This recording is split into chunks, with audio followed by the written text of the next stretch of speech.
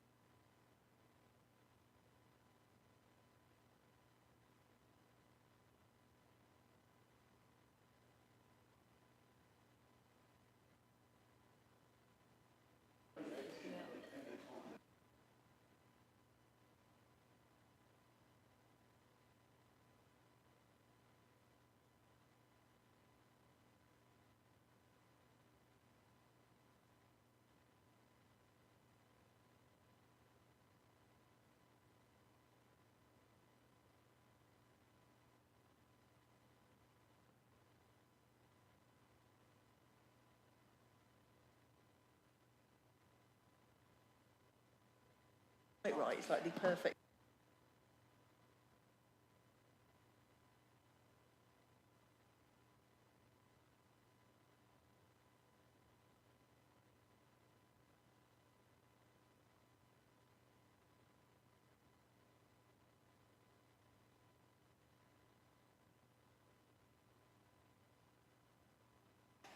Up to a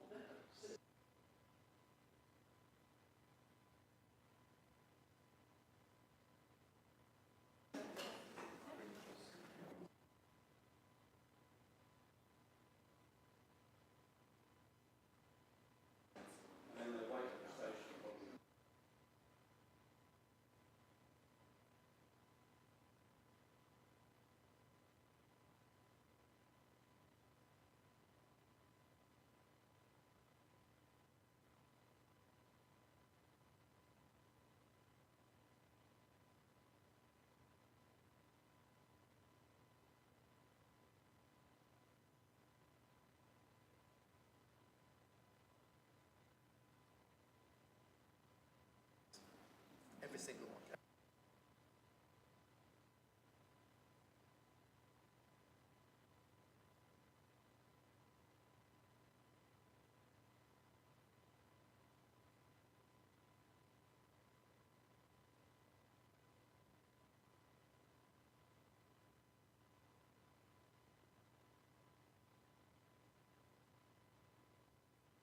now, two Okay. ticks.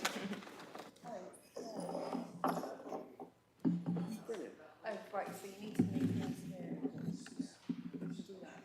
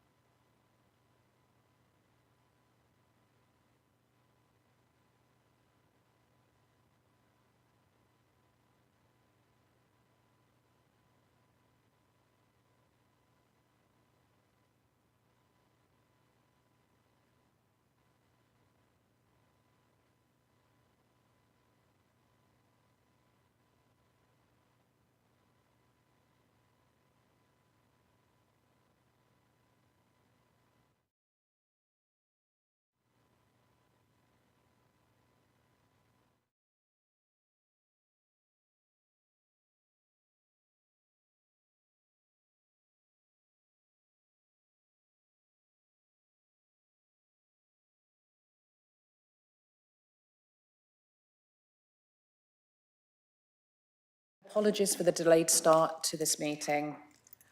I'm Philippa Kelly.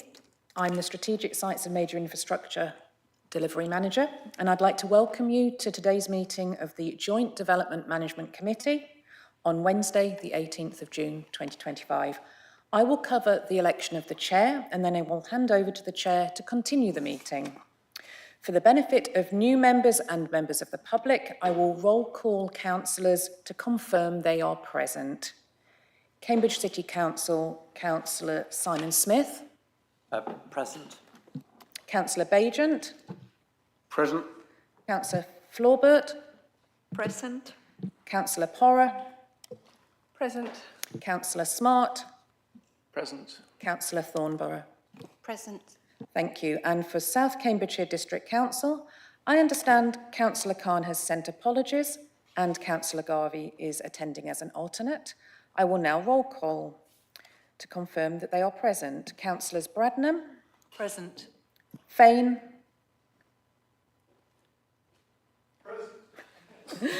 Garvey. Present. Hawkins. Present. Stobart. Present. And Richard Williams. Present. Thank you. Please could any member advise if their name has not been called out or if there are any further apologies? I understand that Councillor Illingworth is at this meeting to observe only. Councillor Illingworth is new to Cambridge City Council and is an alternate for this committee. Welcome. Moving on to agenda item 1, the election of chair. The JDMC's standing orders provide that the chair and vice chair shall be drawn alternately from each of the two authorities. As the chair position was held by Cambridge City Council last year and the vice chair position held by South Cambridgeshire District Council, this municipal year the chair position should be held by a South Cambridgeshire District Council councillor and the vice chair position held by a Cambridge City councillor. I will now ask for the names of any South Cambridgeshire District Councillor for nomination for the role of committee chair. We have a proposer, Councillor Thornborough. I'd like to propose Councillor Peter Fain. Thank you. Do we have a seconder? Councillor Bajent. Thank you. Please can members raise their hands to vote for Councillor Peter Fain as chair? Elected. Elected. Thank you. So, Councillor Fain is elected as chair of the committee for the rest of the municipal year, and I will now hand over to him to chair the rest of this meeting. Thank you.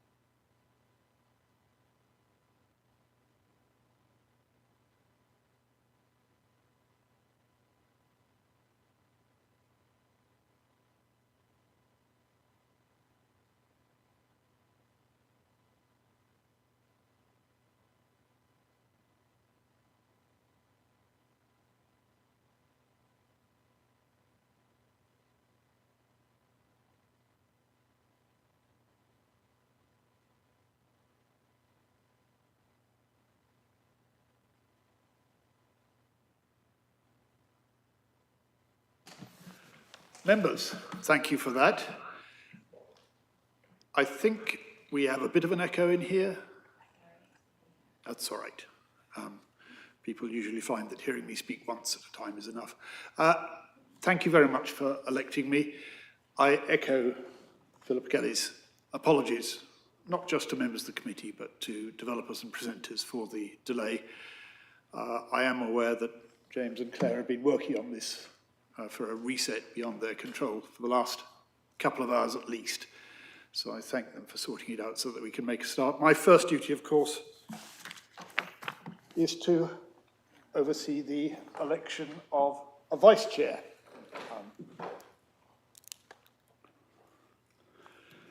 So I call for nominations for the role of vice chair of this committee. Do we have any nominations? Councillor Bradnam. I'd like to nominate Councillor Simon Smith for Vice Chair.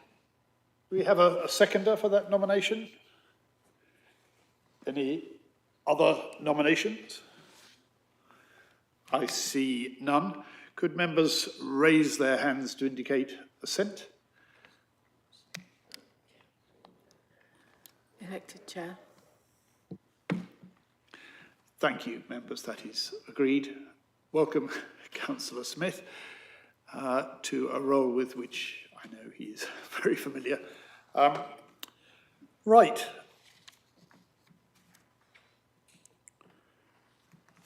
I think then we move on to, there we are, yes. So I confirm that Councillor Smith is Vice Chair of the committee for the rest of the municipal year, and I will now advise the officers permanently present in the meeting. Philip Kelly, Strategic Sites Delivery Manager, Keith Barber, our legal advisor. I welcome the fact that Claire Tunnicliffe joins us officially as our committee manager, although she has, of course, been supporting this committee for some time, and James Goddard, who I thanked earlier for his work as producer. Just a little bit of housekeeping. Please, can those present in the council chamber note that everything on your desk, including your laptop screen, may be broadcast at some point. If you want to speak in the meeting, please raise your hand, and between us we will try to note down the order of speakers. There are some people, I think, participating in the meeting via Microsoft Teams, and I would just say that if you want to speak, indicate that via the chat column or the raised hand option if you want, but please do not use the chat column for any other purpose. Just for information, the meeting chat is neither confidential nor private. It can be subject to an FOI GDPR request. So, moving on to item 3 of our agenda today, could members advise if they have any declarations of interest and identify which report their declaration reports to? We have a number. I'll start with Councillor Bagent. Member of CAM Cycling Campaign, and that probably fits everything that we're going to talk. Councillor Bratton. Thank you, Chair. I'm a member of Milton Parish Council, and Milton Parish Council gets to look at applications on the Science Park because it is within Milton Parish. However, I'm not a member of Milton's Planning Committee, and I have not commented on this. I've been aware of all of these applications in a general way, but this particular one that we're looking at, I have not been party to at all. Right. And Councillor Stobart. Chair, I'm also a member of Cambridge Cycling Campaign, and I would cite the same reasons that Councillor Bagent has offered. Thank you. I didn't see any others. Now, before we move on to item 4 and the main business, I just want to refer to, this is the first time we have met as the Joint Development Management Committee, as opposed to JDCC, the Joint Development Control Committee. That is not just, of course, a change of name, and it is part of a slightly wider change. These changes were approved both by the District Council and by the City Council in May, and they involve a revised scheme of delegation with automatic referral to this committee in certain circumstances, a delegation panel, although I don't anticipate that will need to meet frequently, and revisions to some of the sites which fall within JDMC. And if anyone wants a plan of those changes, then we can, I think, provide that. I would also remind members that there is a government consultation on modernisation of planning committees. I think Philip Kelly sent an email on the 6th of June about that, giving us until the 16th of June to respond. I'm glad to say that she has told me she can take responses certainly from members of this committee, but please before this Friday, that is the 19th of June. So let us proceed with that reminder to agenda item 4. Now this is a planning application in relation to 191 Cambridge Science Park, Milton Road, Cambridge. It's on pages 5 to 56 for those who have a written set of papers in front of them. And we are joined by the applicant, Mr. Lee Hundekamp. Welcome. to speak in support of the application. But first, I will ask Rebecca Ward, as Principal Planner, to introduce the report. Rebecca.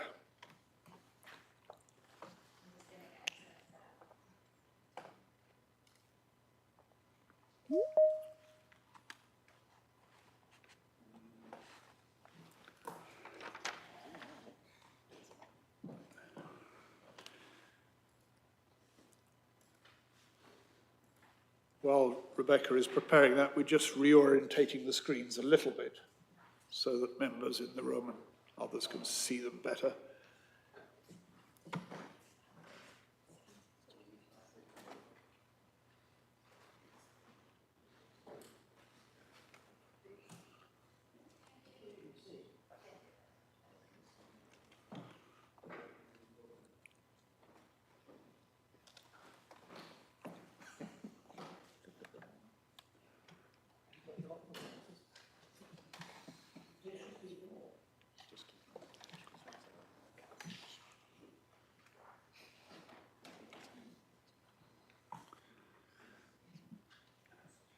Rebecca, would you like?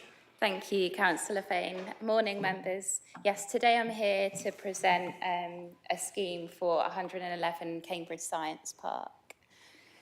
So the proposal is for the erection of a two-storey extension, approximately 2,145 square metres, and it will be to the northwest of the building. And this is to provide a new filling and packaging hall for the existing company on the site. There's also some associated infrastructure and landscaping alongside this proposal. So the applicants are Bard Pharmaceutical Limited. They presented to the JDCC back in October, where they gave members a briefing on their proposals and also just generally what the company do. So just as a reminder, they manufacture, pack and supply medical products worldwide, so helping bring kind of benefits to many patients in the NHS. And a lot of their capabilities and manufacturing lines happen on site from the Cambridge Science Park. So they've been in the building and had a presence since it opened in 1983, so quite a long-standing company to the cluster. So just a quick update on amendments. Just the access officer has since been in touch and has no objection following the changes that were made to the design access statement and now offers support. Also condition 18, which was for biodiversity net gain, this was put on in error and can be removed because the applicants have demonstrated through the application that a net gain can be achieved, and we'll get the finer details through the hard and soft landscaping scheme condition and the ecology management plan, and this has been okayed by the council's ecology officer. Okay, so in terms of the site location, so the site lies in the northeast of Cambridge within the AAP area, so the Area Action Plan area, and is within the northern edge of the Cambridge Science Park. Generally, policies in this area support the intensification of existing buildings in the Science Park and also those that obviously operate within the Cambridge cluster as well. The site is accessed from the Cambridge Science Park Ring Road, which you can see to the bottom of the screen, which then joins on to Milton Road, which is to the east, and then the A14 beyond that. In terms of engagement on this planning application, so we've had a PPA agreement with the applicant where we've engaged in quite a lot of pre-application workshops and discussions with technical officers. The applicant brought the scheme to the Joint Development Control Committee back in October, and we've also had an EIA screening application in which confirmed that an environmental statement wasn't needed for this site. So in terms of site context, so the original building was built in 1983 with the applicants moving in soon after. The architecture at the time was by Arthur Erickson and landscaping by Gordon Patterson. So it's quite a local landmark, so with the sloping kind of glazing ribbed curtains. And I understand it was an approach taken at the time to soften the transition between the sky and the building. The building has been extended a few times over the years following the demand from the industry. So as you can see on this plan, you can see the 1983 aspect. There was then an extension in 91, 2004, and the red area is where the applicants are wanting to put this most recent extension. This was the site plan submitted with the application. So I've just highlighted in red where the proposed extension will go in relation to the rest of the building. So it's quite small and modest, really, in comparison to the rest of the buildings on the site. Let's go on to, in terms of the existing landscape and context plan. So currently, where the space is where the extension will go, there's an existing recycling compound, and landscaping in this general area is quite minimal. Probably has quite limited biodiversity value at the moment, just being kind of grass.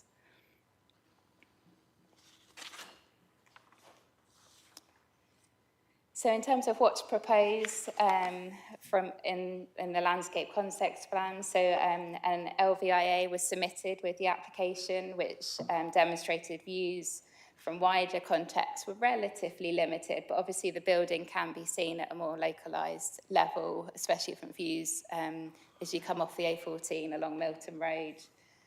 And our landscape officer did say that this site and the building obviously plays quite an important part to the edge of Cambridge and then the rural kind of district beyond.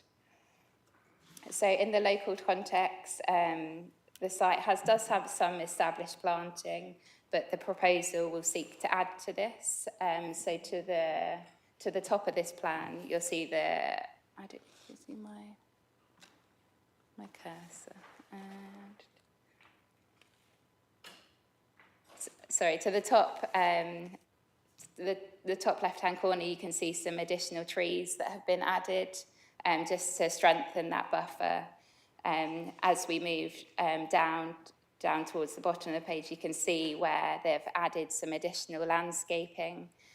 So this will be a more formalised kind of area for staff and visitors to use with seating. And there'll be wild meadow planting to obviously add to the biodiversity, the credits. The plant area and courtyard will kind of wrap around the extension, so the area you see in red, and yeah, serve for that purpose. In terms of drainage, so to the north of this, or to the top of this plan, you'll see the white kind of oval area is an existing drainage basin.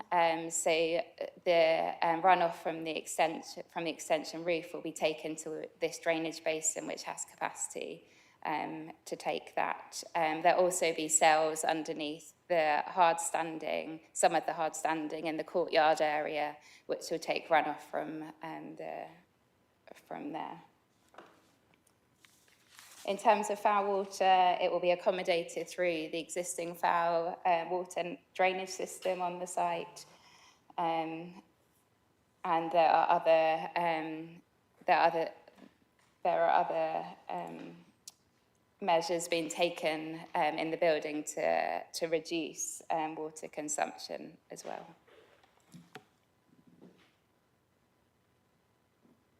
In terms of biodiversity net gain, there's 24% enhancement in habitats and 569% in hedgerows. So there's quite a lot more planting that's happening as a result of this proposal. Parking spaces, in my report, I did refer to the loss of 12 parking spaces, actually that is now 6 spaces, because as a result of the amendments before, the grounds, one of the grounds building had moved, so now there's just 6 spaces that have been lost. There's not expected to be any increase in employees or deliveries as a result of this extension. And the applicant, I think, explains that there's just been a change in working practices and refining process lines, which is the need for this extension. In terms of noise levels, there's a plant area in this courtyard next to the extension, and that has the relevant attenuation, and a noise assessment was submitted with the application which demonstrated there wouldn't be a significant impact to people working in the building. So in terms of design and appearance, so at pre-application stage and at JDCC, I think there were some discussions about whether the building should potentially, the extension should be in line with the 1991 extension or setback. But we felt that given the extension is actually attached to a 1991 edition rather than the original 83 edition, it felt that keeping the rhythm of the ribs was beneficial, and therefore the extension will be just a continuation of that facade, and the picture at the bottom left-hand side shows that. In terms of scale, so the tallest element would match the parapet height of the 2004 boxy extension that's at the back. Whilst the rear, as you can see on this top right-hand picture, it still has that kind of boxier appearance, and I think this was mentioned at the JDCC last time. This form will enable it to connect and function with the 2004 extension, and will also allow for a flat roof for the PV panels that they are planning to mount on the top. So on balance, we felt that this was acceptable, given the main principal elevation to the front was still going to be completely in keeping with what's there. The extension will be painted silver, metallic to match the existing warehouse, and the ribs will be painted with the pearl white colour. The materials condition has been added to the application just to make sure the quality is taken through. In terms of, these are just some elevational details again, but in terms of sustainability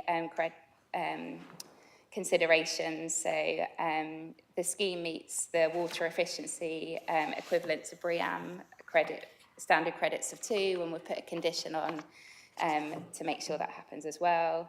In terms of climate change and adaptation, so there's highly thermal cladding that has been introduced on the building, there's limited external glazing, and they've also added some solar shading on the northwest elevation to mitigate any overheating. In terms of energy and carbon reduction, so the roof of the extension is complete with 450 square metres of PV panels, and therefore kind of meets and exceeds some of our policy requirements. These were some section drawings, but I'm not going to dwell on these. So in terms of planning considerations, I won't go through them all, but obviously the principle of development is an important one. We haven't identified any harm arising from any of the other key planning considerations. And then in terms of the planning balance, from an economic perspective, obviously the extension will help the company continue to operate within the Cambridge cluster and allow process lines to be adapted to meet the needs of the pharmaceutical industry. In terms of social indirect benefits would be to NHS patients, ensuring the production lines are kind of fit for purpose and sending out all the right supplies. And then environmental, we've obviously got quite an enhancement on the site of landscaping, which achieves the biodiversity net gain, so significant. A modest amount of new landscaping that will help. And that's everything. Thank you very much. Members, do we have any questions on that presentation? Bear with me a moment. Councillor Bradnam and then Councillor Thornborough. Councillor Bradnam. Instead of, thank you. Thank you, Chair. I just wanted to ask, in the narrative at 6.18 in your report, you refer to a tree being removed. The tree officer doesn't have an objection.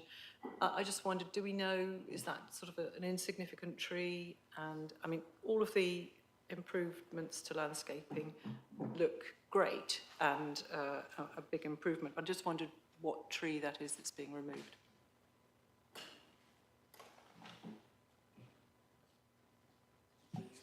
Yeah, it's, I just need to double check on my screen, but yeah, it was quite an insignificant tree. It didn't contribute greatly to the site, and yeah, it was felt certainly by the landscape and the tree officer that its removal was acceptable given the amount that they're going to be planting on the site in its place.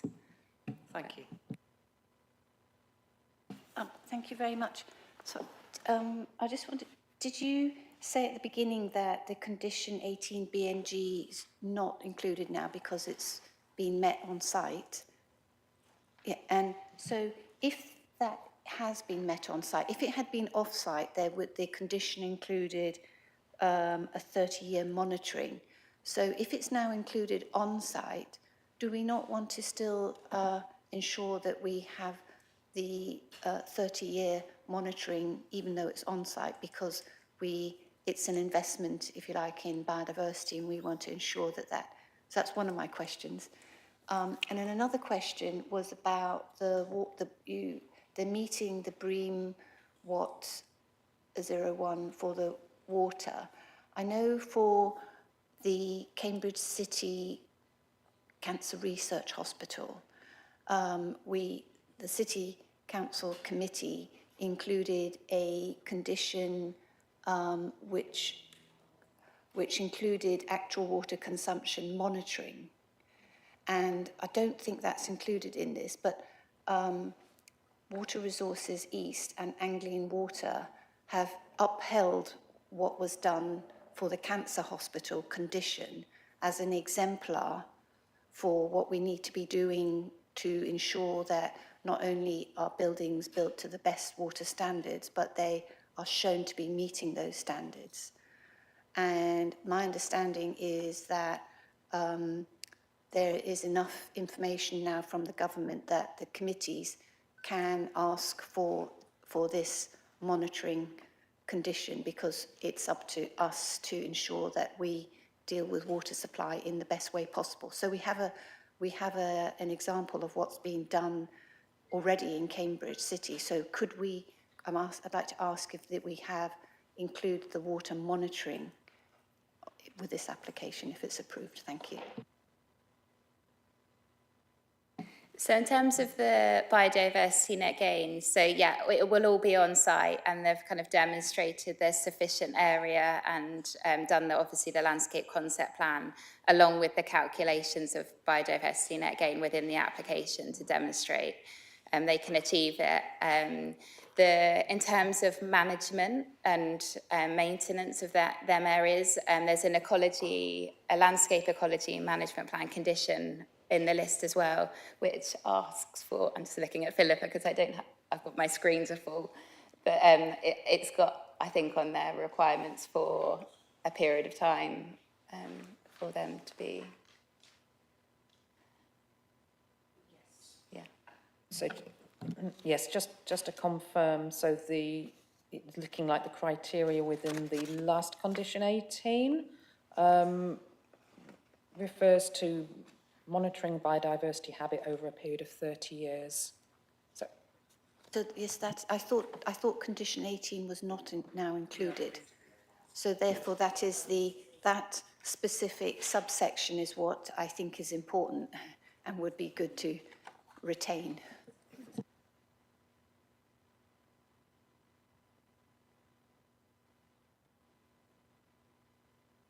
Sorry, yes, just to clarify. Condition 17, construction ecological management plan. That's the one, isn't it, Rebecca? So that requires the ecological management plan to be submitted to and approved in writing by the LPA, which should include details of the management approach. Although it doesn't specify a time here, it would be looking for the details to be included in said plan. So to clarify,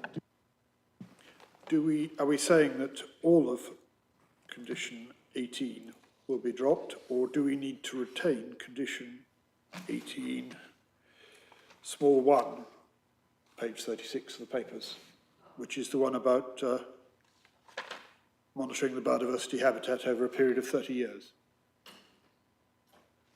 Is that redundant now? I think condition 18 is redundant. It's just whether we want to enhance condition 17. I don't know if it's standard practice to require 30 years on a scheme of this nature, but So if we were looking at off-site BNG, then we would have put in this condition, which is not new. But this case, all the biodiversity net gain is being met on-site. And I think the question is, do we still need to retain this small paragraph from 18 in dropping the rest? And can we do so? Rebecca, do you want me to refer to Philippa on that, on guidance?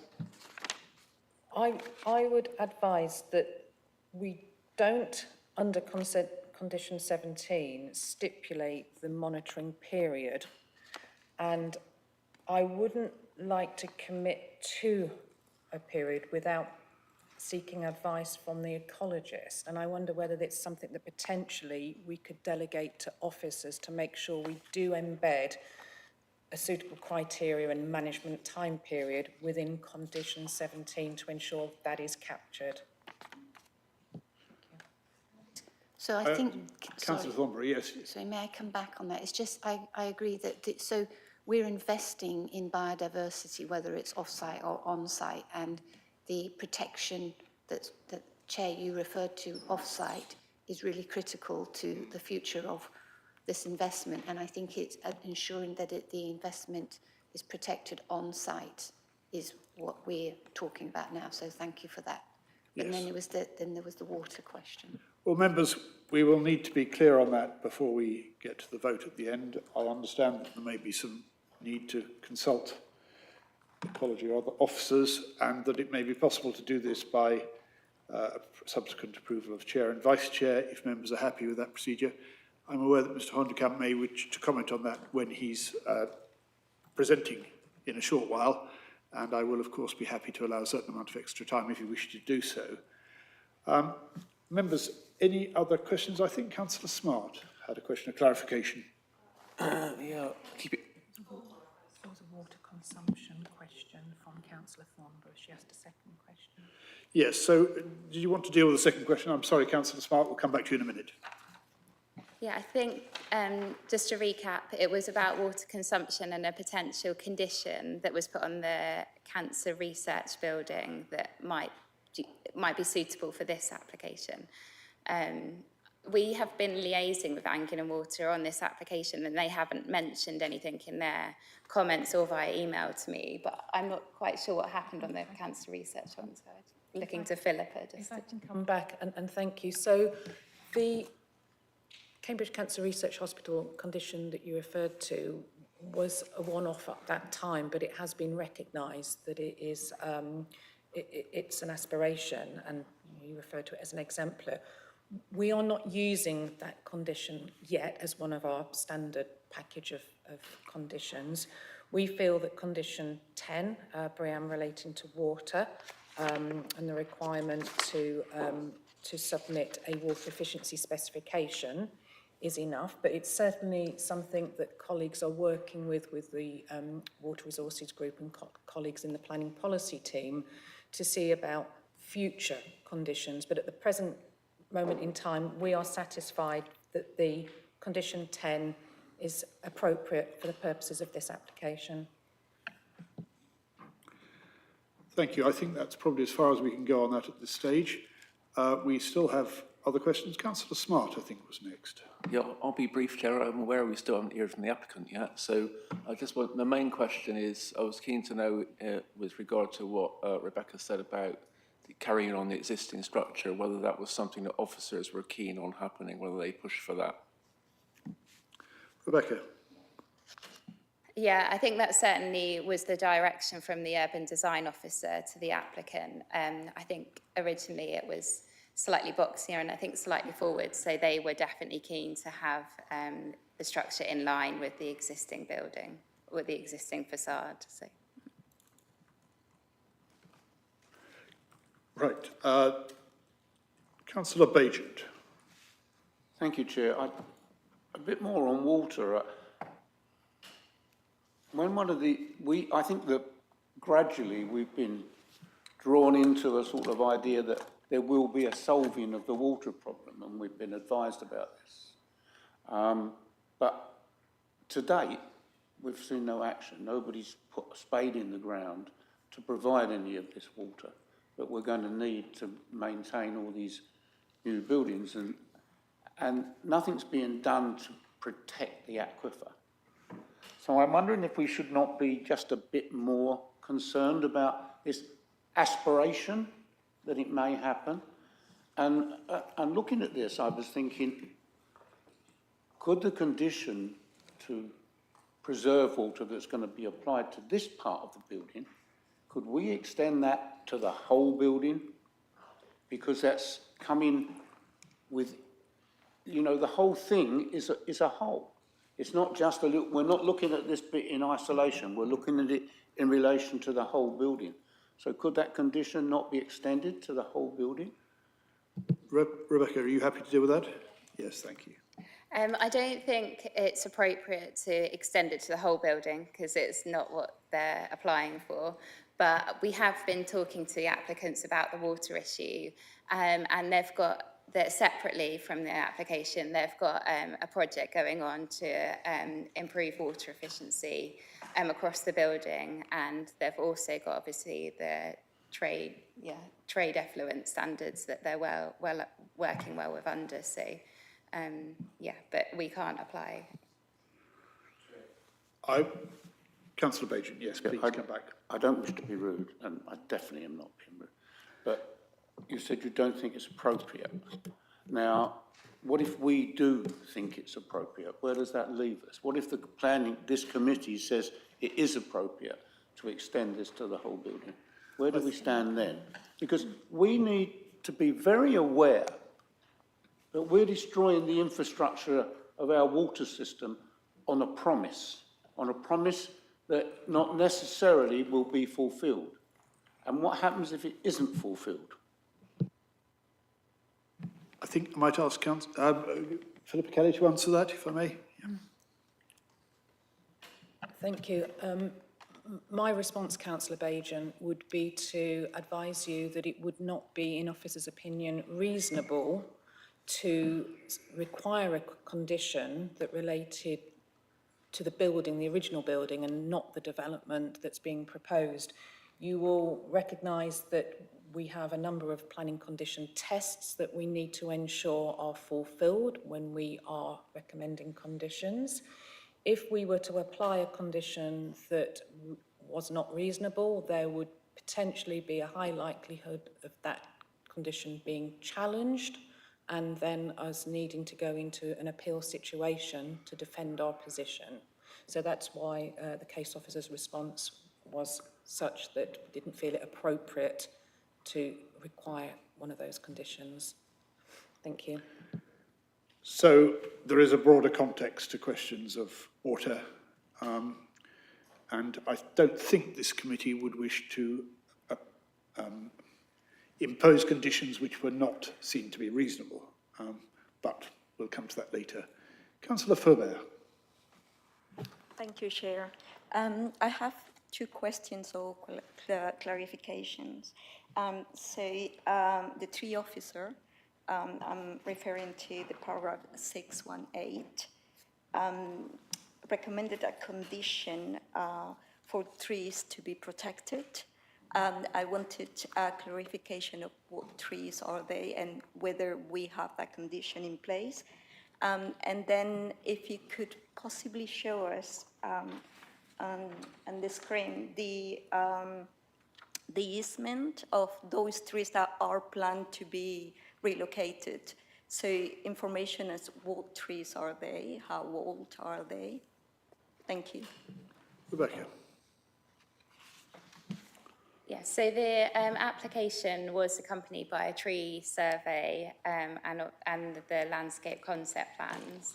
So we have got conditions on here for, just finding the reference to.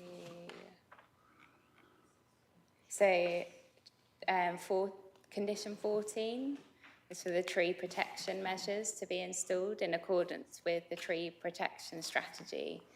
And yeah, so that's just to make sure that the existing trees on the site, a lot of them are kind of to the top of the site along the edge, just to make sure that that's all in place during the construction period. So yeah, that's a compliance condition. I think next we have Councillor Porra. Oh, Councillor Faubert, did you want to come back on that? Yes, I also refer to the easement. If you could show in the screen, please. You want me to show a plan? Yes, because you said that some of them are going to be relocated, the trees that are in the condition. Do you refer to those trees or? Yes, so I think the landscape concept plan that was submitted with the application and amended, that shows the trees outside of the easement area. So they're still getting the right amount of trees in outside of that easement area. So there's a suitable space there. So when we get the detailed landscape, soft landscape scheme in by condition, that will tell us what species and things they are. We can make sure that they're all outside of that area. Councillor Porra. Thank you, Chair.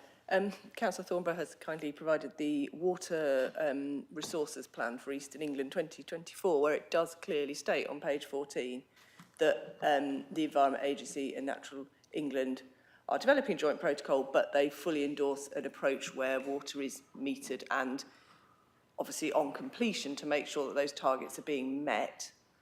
And I do appreciate this is a relatively small development, but I do think this is quite a marker I would like to put down, even if that involves potentially officers going away and making sure the condition is appropriate and coming back through chair and vice chair. Because I think, and I think most of our applicants are keen, this is I'll say later in the debate, a positive addition in my opinion, but we need to be monitoring these water things because there's no point imposing BREEAM conditions if they're not met, and also because we can learn from it if they're not, so that the next applicant knows what not to do as well as what to do. So I would like to propose that we do have some conditions similar to that at the Cancer Hospital, but I do appreciate Philippa and the officer may need to draft that specifically, but it is on page 14 of the Water Resources Plan. Rebecca. Do you want to comment on that?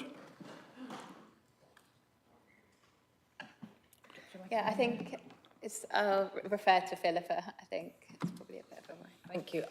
I would say that if members are so minded for monitoring to form a requirement as part of the conditions for this scheme, then we can certainly take away that and potentially look at condition 10, the BREEAM water, and look to updating that to address your comments.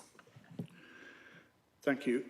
Again, I will invite Mr. Hoenderkamp to comment on that if he wishes when addressing the committee. Councillor Smart, did you want to come back?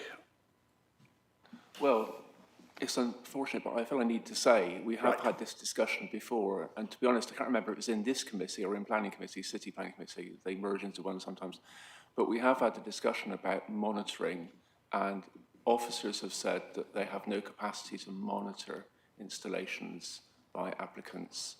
Now, whether other members of the committee feel differently to that, that's up to them, but I'm just putting that on the table, really. Thank you, Councillor Smart. That's a helpful reminder. Councillor Smith, Vice Chair Councillor Smith. Okay. congratulations on your elevation, both literally and in hierarchy. And also I'd just like to thank Councillor Anna Bradman for being the Vice Chair, and she's served that role very well over the last year. So thank you, and I want to acknowledge your contribution. So when we met and we had the pre-app on the 16th of October 2024, there were very few questions raised about this development, but one of them was around having photovoltaic panels on the roof. And at the time, the applicant said that they didn't have that because of the fire risk and it was an insurance issue. But now we see we have got PVs on this development. And I think when they develop, the applicant comes and does their presentation, I'd like them to explain how that's happened and whether it's going to be a wider approach across their whole estate. I think corporately I've been looking into this company, and they do have very ambitious activities, progressive activities to improve the sustainability of their business on this site more widely. I think that might give reassurance to members of this committee that this is a company that's very committed to environmental improvement. Thank you.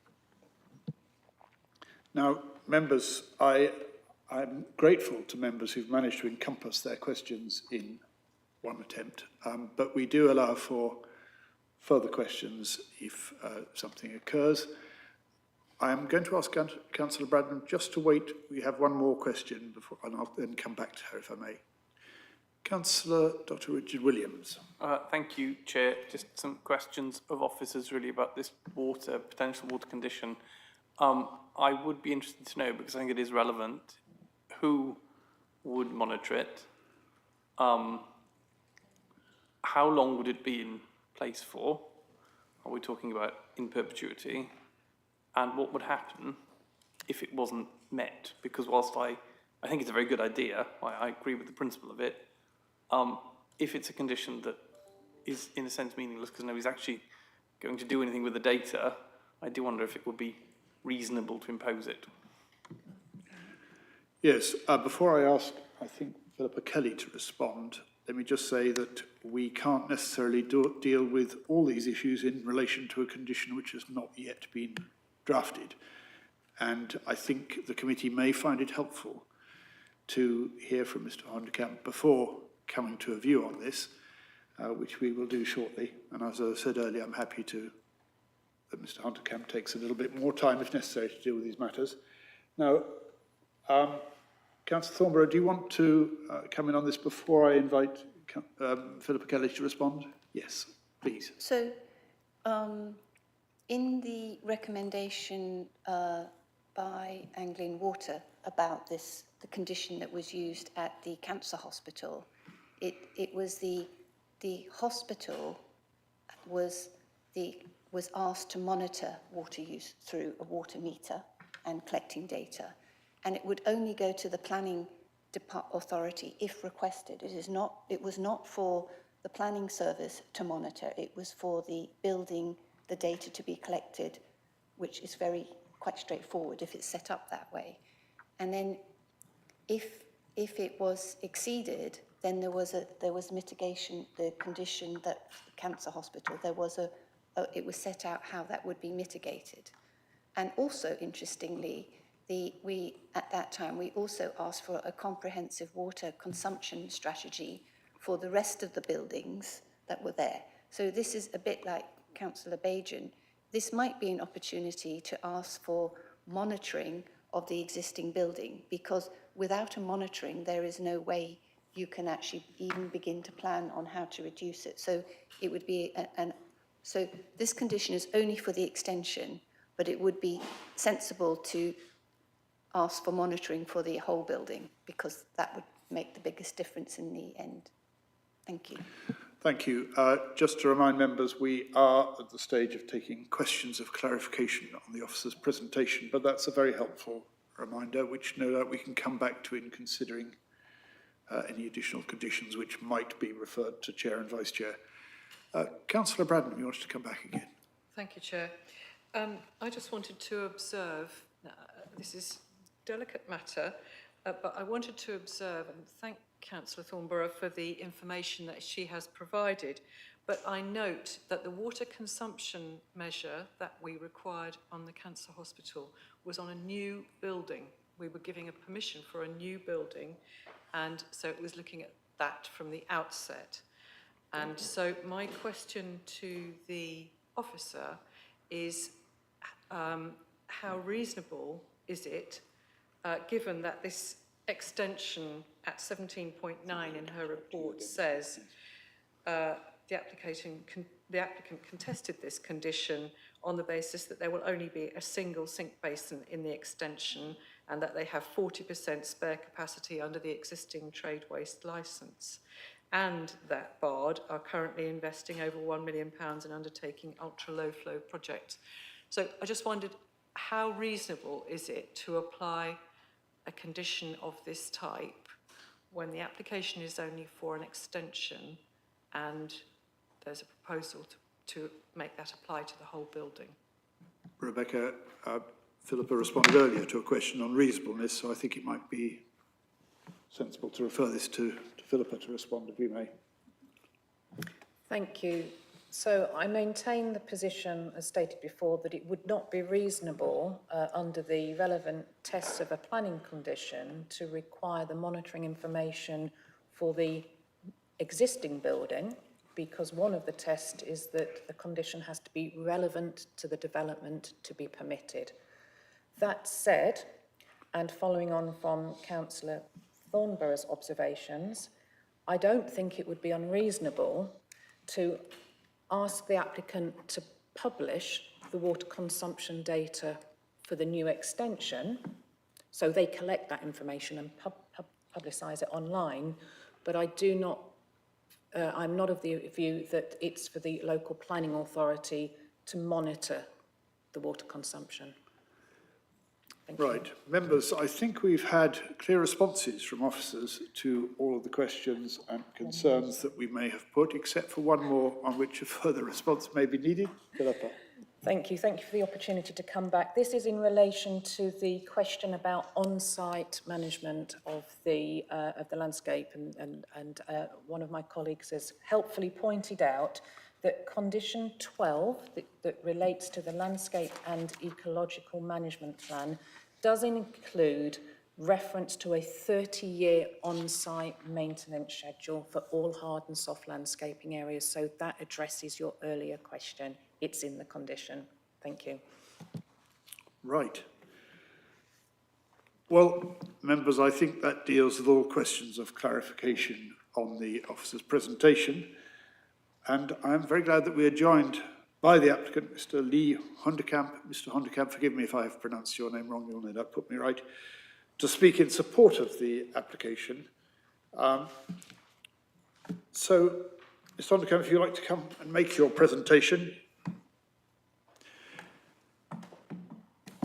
You have 3 minutes, and you'll hear a bell when you reach the end of those 3 minutes. But as I said earlier, because members have raised some new issues in the questions, I will, of course, be happy to let you have a bit more time if you're able to respond to those or deal with those in your presentation. Okay. The floor is yours. Thank you. Good morning and thank you, Chair. My name's Lee Hondekamp. I'm the Head of Capital Investment at Bard Pharmaceuticals, just for information. Our building is known locally as the Toast Rack. Some of you may know that already. Just wanted to give the building an identity as well, the place we're talking about. So we manufacture analgesic controlled drugs. These are not just standard analgesics. These are highly potent controlled medications. It's a very specialised area in pharmaceuticals. And we supply it globally, but mainly the EU and NHS are our key customers. So we're a key supplier to the NHS, which came to the fore really during the COVID period, when we were a really relied upon supplier of key medication there. We're pleased to bring forward this proposal for an extension to provide a new filling and packaging hall. It supports our existing business. It enables our existing business. Although not implemented for economic and operational reasons, it is highlighted that the site has previously benefited from consent for similar proposals, which provided a positive precedent for the proposed development. The applicant and project team, that's myself, have worked extensively with the council to develop a scheme that's supported by officers. The proposals were considered as part of 3 rounds of pre-application discussions, as well as having been presented to this committee as part of a pre-application presentation, to which the response was positive. To respond to feedback, we've made several changes to the proposals, principally at the pre-application process and the planning application. This included revisions to the design to further employ the architectural language of the existing building in line as per Arthur Erickson's original concept. It delivers an enhanced landscape screening to the northern boundary in addition. We're pleased that the application is presented to members without any consultee objections, which is reflective of the highly collaborative process to date. The proposed development will deliver a high-quality, purpose-built employment floor space in the Cambridge Science Park, supporting the park as a centre for employment and economic value. The proposed landscape enhancements will deliver significant 24.12 net gain in biodiversity, exceeding requirements, and additionally, water and energy efficiency measures are also included to deliver a highly sustainable extension to the building. Thank you for your consideration. Mr. Hunterkamp, thank you very much for your presentation and for your patience while we suffered some delays earlier on. We now turn to the debate on this. Just to remind members, if they'd like to speak, to indicate their wish to do so by raising their hand. And I will call on you when it's your turn to speak. And we'll start with Councillor Anna Bradnam. Thank you, Chair. I think this is a modestly placed extension for this packing hall behind the main building, but it continues and does not obscure the toast rack style of the original, and it enhances the landscaping on the site. And obviously there's a benefit to the public and the people who need these medications, and it enhances the work of this long-standing business on the site. There are no objections from the statutory bodies, and I think we would be mad to do anything other than approve this. Thank you. Thank you. Councillor Porrer. Thank you. Similar to Councillor Bradnam, I think this is a positive extension. I think it's so useful when applicants engage in pre-app, because, you know, it's actually seeing these papers thinking, yes, we've talked about this before, we've flagged up some issues, they've been resolved. It's very positive. I think particularly the lift, I can see you're improving accessibility. That is welcome, and the landscaping. I mean, in some ways, the issue here is really the previous extension in 2004 that this is trying to make better. So in my opinion, I am currently supportive of this application. Councillor Richard Williams. Thank you, Chair. I'll be brief. Yeah, I agree. I think this is a very good application. I think the design is good. It's, you know, the sort of business we want and we want to support. So I think we should move to approve it very quickly. The one thing I will just say, though, just on this water issue, maybe save me coming back if it comes up. I've got a lot of sympathy with what Councillor Thornborough said, and I've criticised in the past that we put these requirements on, we don't monitor them. Just with one sink, though, I slightly wonder if it's reasonable to ask them to publish water data from one sink. But I have a lot of sympathy with the general principle, which I think we should be doing for bigger developments. I'm going to take Councillor Thornborough, then Councillor Smith, and then Councillor Smart, if I may. I think this is a really interesting extension. I'm really pleased that they have followed the PPA process and considered the original design. It was a transformative building of its time, and it's great that it stood the test of time. The business is still there, it's a local business, and they've been able to extend and adapt over the years to continue being a global company. And we in Cambridge, I think we're very pleased about that, and I think this extension would enable further productivity improvements and innovation. and retain a global company. I think that supporting existing businesses in this way through planning is really important, and this is an exemplar. I feel that the company would react positively to our suggestion about collecting the data about the water. This is an innovative building from day one, and we're just talking about continuing that process.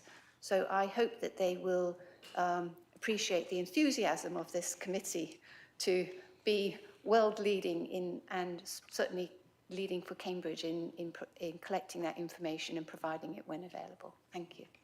Thank you. Councillor Smith. Well, there's been a long-standing partnership between local government and this company. It was local government and the university that got together to allocate the science park. This was the first company on the science park. We supported these past extensions. They're exactly the sort of company that any city would want to have. And joining in the process is a great example to all other companies in this city and South Cambs. You work with us and collaborate with us, you improve your scheme, and you get a better development outcome that everybody can support. And I'm sure they'll want to join in, looking at extending their environmental credentials to the difficult question of water. So I wholly support this application and I'll be voting for it. Yeah, same. But the only thing I'd say is a caveat, and really, I mean, I think we are where we are. We're at the application stage, and the applicant is happy with the guidance given by officers. But often with schemes, normally with buildings that are older but nevertheless loved, if there's an extension, they're kind of different. You know, they look different. That's the approach. You have a modern extension of an older building. This is a newer building with an extension, but the extension is going to be roughly the same as the existing building. And there's quite a challenge there. I mean, if this is the only extension that they're going to do, then maybe it works. But if they want to carry on, say another extension in the future, do they do another extension exactly the same? What's the plan? There's not particularly a question. It's just a rhetorical comment, really. So, you just can't keep on using a building construction method that was put together by an architect and builders decades ago forever. Times change, building styles change, building, everything changes. So all I'm saying is to imagine that you can just keep on with something being exactly the same forever. It won't work. But it seems to work in this case, and I agree with other members that there's no reason to be against this application. It's perfectly good, and they seem to be good in all respects. So thank you, Chair. Thank you, Councillor Smart. I think we take that as an observation for the future. Councillor Stobart. Chair, thank you. I echo the positive comments being generally made about the design of the building, and that the extension kind of fits that architecture. It does characterise the science park. I mean, and we talked when we were thinking about other buildings in the vicinity about the entering Cambridge experience, if you will. And I think keeping that site and actually enhancing it, because the landscaping, I think, will enhance it. I just want to add a short anecdote. When the building was first constructed and the glass panes were put in, there were actually some glare difficulties. And I remember colleagues at Cambridge Consultants saying one day they sat at their benches and they were blinded by this light being reflected from these big glass panes. And NAP were very kind to offer to pay for blinds for all that side of the building. And I think that was an indication that NAP were prepared to fit in with the structure and the culture of the science park. So we were forever grateful. I just want to comment on the water thing. We've given that quite a lot of airtime.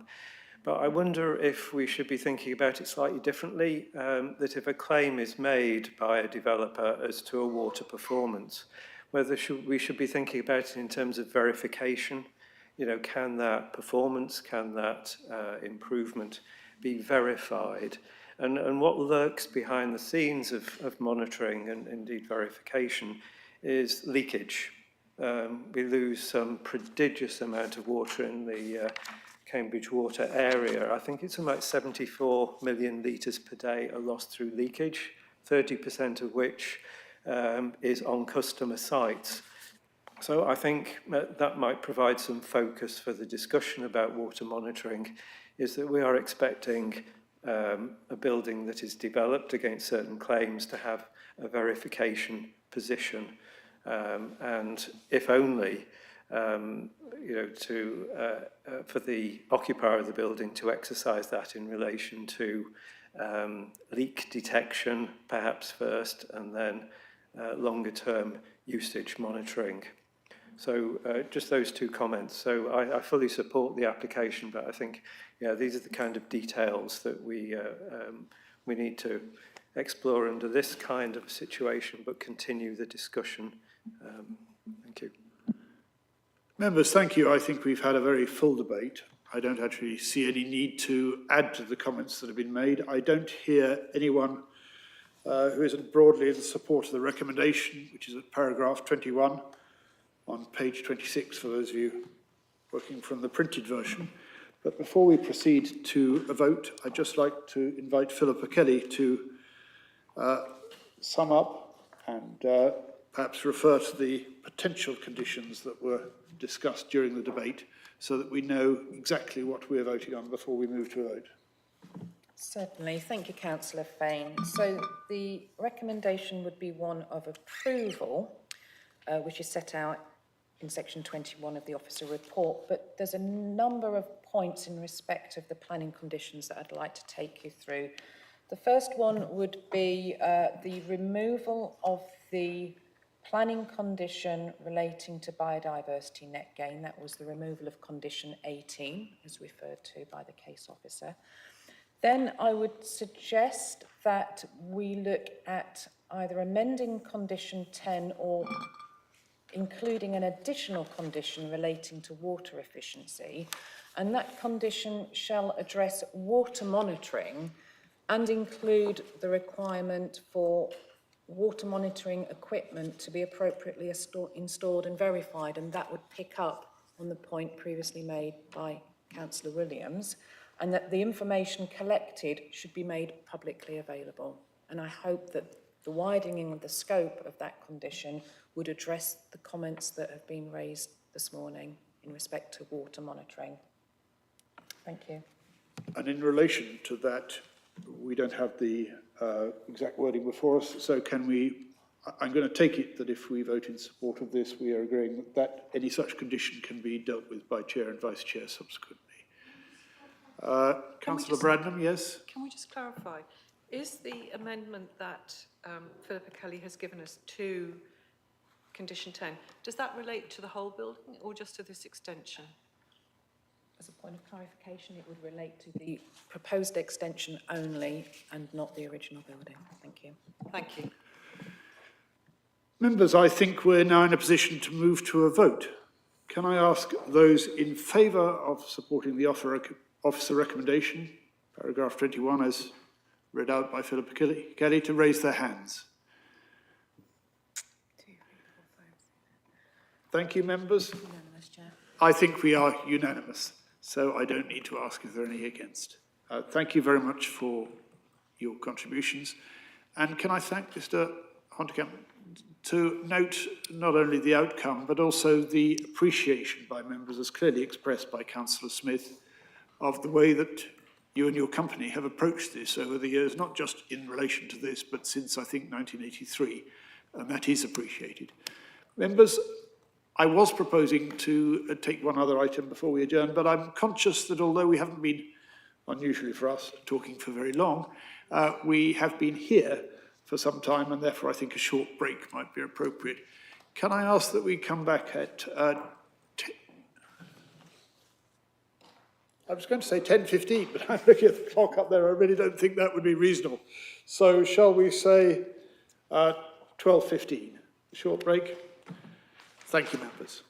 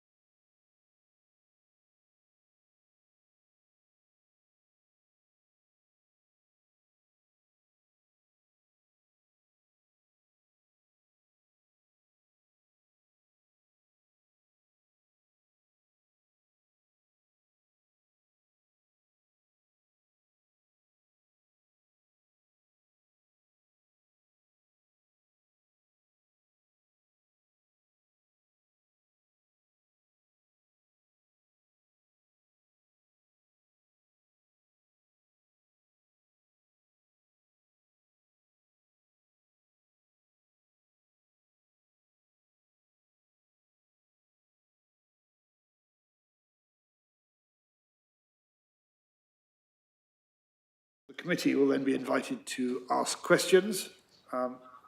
Again, I hope that won't go on much beyond 20 minutes.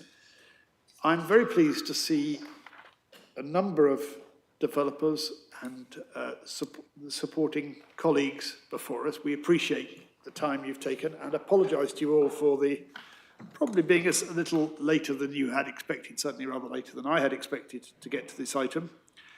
So can I now ask the developers to introduce themselves and their colleagues assisting with the presentation? And then I will invite councillors to ask questions. So who's going to lead in on that? I can start from this end. Please. I'm Matt Sampson. I'm a development director at the Crown Estate and the project lead for Cambridge Business Park. Sorry, just to be clear, just make sure we can hear your names. I think Matthew Sampson. Matthew Sampson, correct. So if others would just introduce themselves so we can make sure we've got your names and roles. Please. Hi there, I'm Victoria Chase. I'm from WSP. I'm the planning consultant. Hi everyone, I'm Tommy Clark, landscape architect and associate director at Studio A Great West. So we are the master planners, architects and landscape architects on the project. Hello everyone, and I'm Daniel Marnie from Studio A Great West. I'm working with Tommy as technical director on the project. Right, and Matt, would you like to just introduce, or another member of your team, just introduce those who've taken the time to come along and support the presentation? I have to say that probably when it comes to questions and presentation, we will ask you to confine it to the four on the front bench mainly, unless there's a good reason for referring to others. But if you would just introduce the rest of the team, or ask them to introduce themselves, whichever you prefer. Right, start with you, please. Let's go. Hannah Harmans, project manager working on this project. And I'm sorry, I didn't catch your name. Hannah Harmans. Right, thank you. Alex Priddage, representing Ramble, working on the civil and drainage aspects. Charles Nabbott, representing Canada Consulting, engaging with members and the local community for master plan. Sorry, that's the timer from the last presentation. Emma Ranger, transport planner for Arab on behalf of the project. And Anna Kennedy, Arab Sustainability. Right. Well, welcome all, and I don't really need to say it, but we do appreciate the time that you are spending on pre-applications. It's very important to us, this process. So please, Matthew, are you going to lead off? I am indeed, thank you, and thanks for having us. I believe you've met some of the team before who presented on our Innovation Hub plans, Origin, and shared a little about the Crown Estate and our vision, so I won't spend too long on that. For a little bit of context, we've owned Cambridge Business Park for over 30 years, and we've probably been thinking about this next phase of evolution probably since the early Area Action Plan workshop 6 or 7 years ago. So a reasonable amount of thought hopefully has gone into it. In particular, we've been looking at global best practice for how to transition 80-style business parks, which is what we have, and what good looks like. We're now clear on our vision for the business park, which is to catalyse a next-generation innovation district for North East Cambridge, thinking much more about our role beyond our own red line and kind of the wider prosperity of the district and the communities around it. Next slide, please, Dan. There's a lot behind that single line and that single sort of vision statement, and we've broken it down much further into key impact areas, so how we plan to measure success, and further still into design principles to guide the master plan team to hit that overall vision. I won't read out all of this, and it's in the packs that you've got, but this includes providing a much greater mix of uses from incubation space, grow-on space, all the way up to HQ space, pulling down fences and connecting people, places and nature, being fully permeable, enabling inclusive opportunities, and connecting up with other developments around us. Next slide, please, Dan. And so the brief to the team for the master plan, we used a lot of the early AAP work. We've been working collaboratively with our neighbours, and in particular Hartree, who set sort of a great starting point for what the district could be.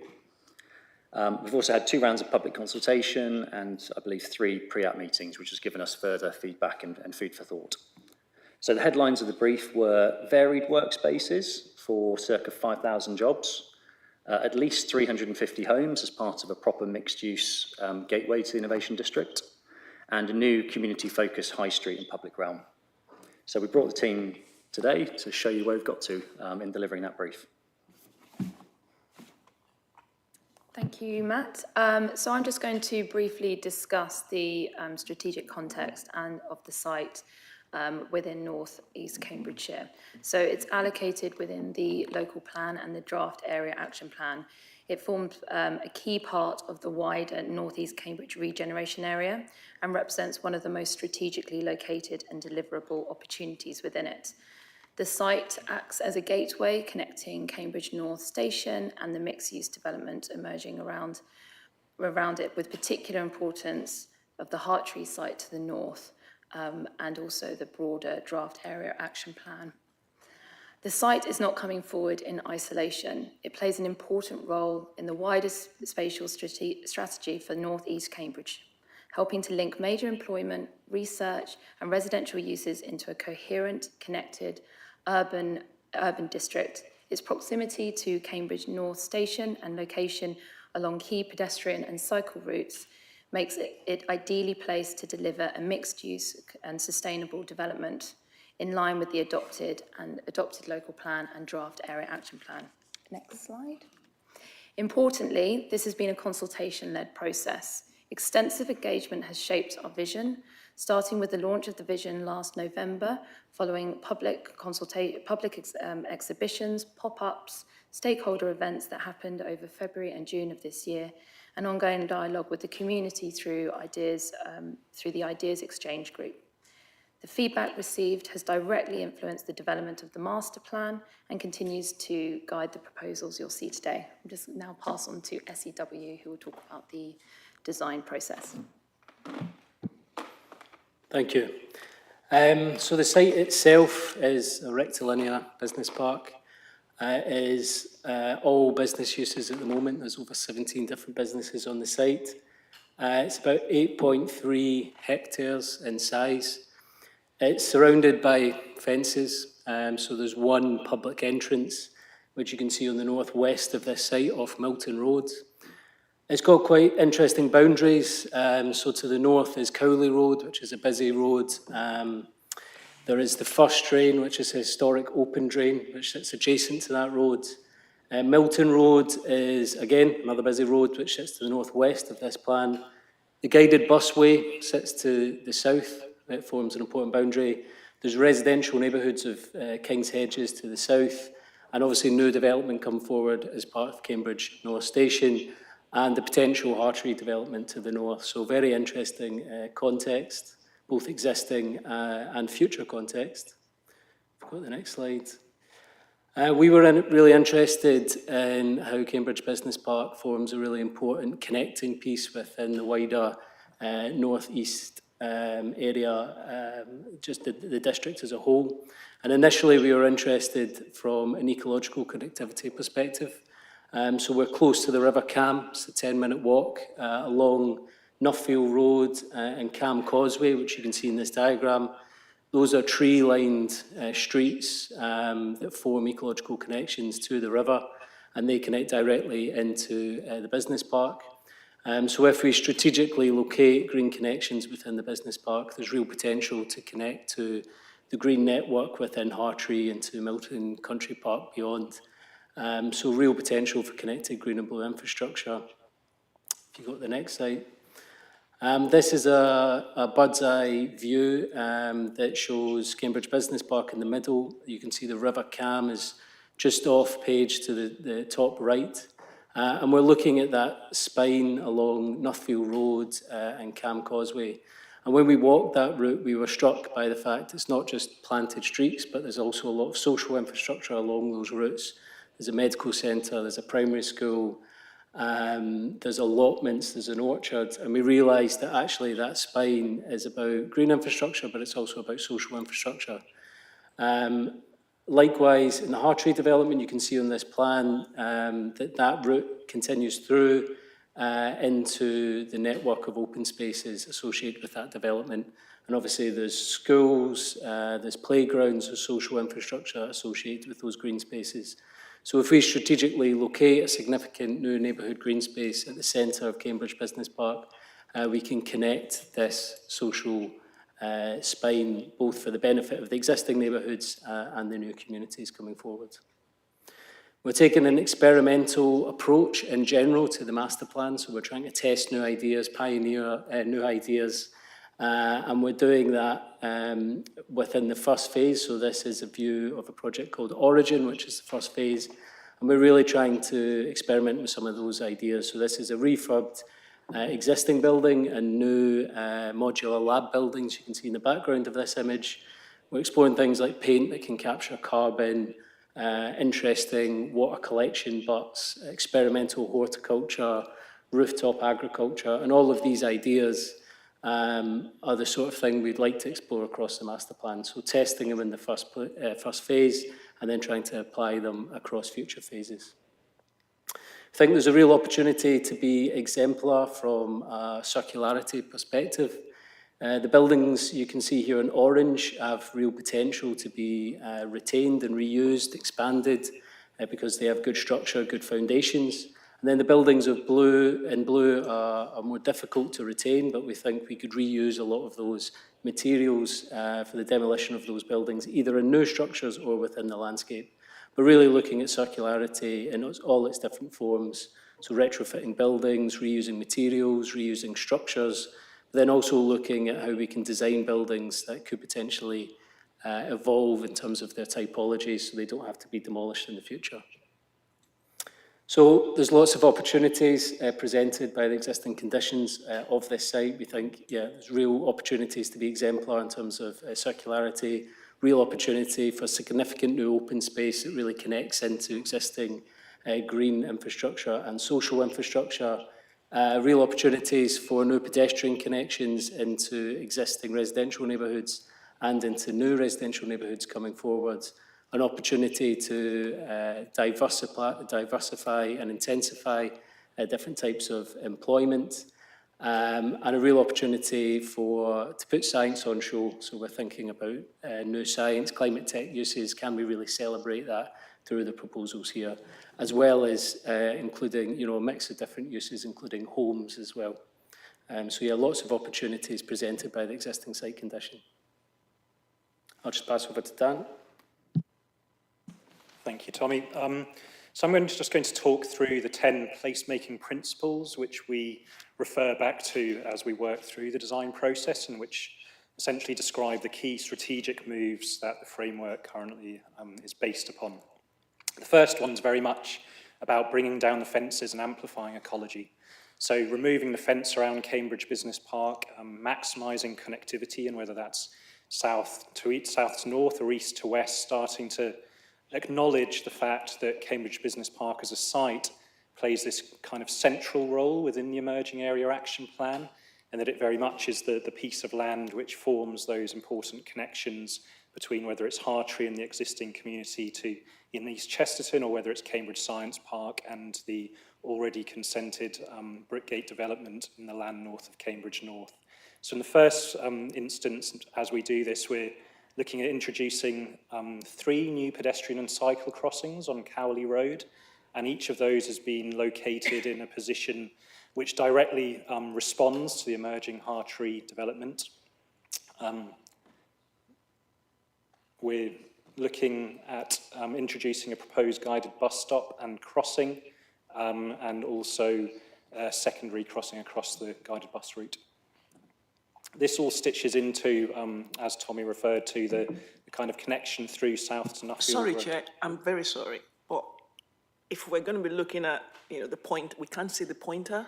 It's white against a white background. Is there any way of changing it? To use the laser pointer in pointing out your presentation, it would make it clearer for us to... Is that within Teams? Is there a laser point function? Or... Yeah, I could physically point. Yeah, can one of us physically point? Is that all right? We'll do it physically then. Is that okay? Does the cursor not show? I think sometimes if you do right mouse key, there's options. Yeah. Okay. Can't turn it on.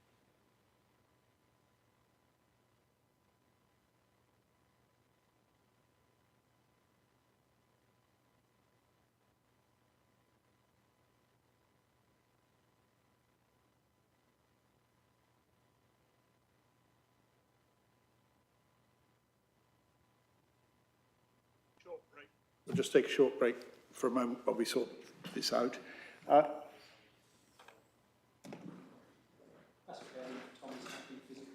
happy to point it out, yeah. Thank you very much. We'll do it that way then. Is it worth revisiting that first slide? I think I just went a bit about it. Councillor Hawkins, has that clarified the bits that weren't clear to you? Understood. Right. Well then, Daniel, if you'd like to continue.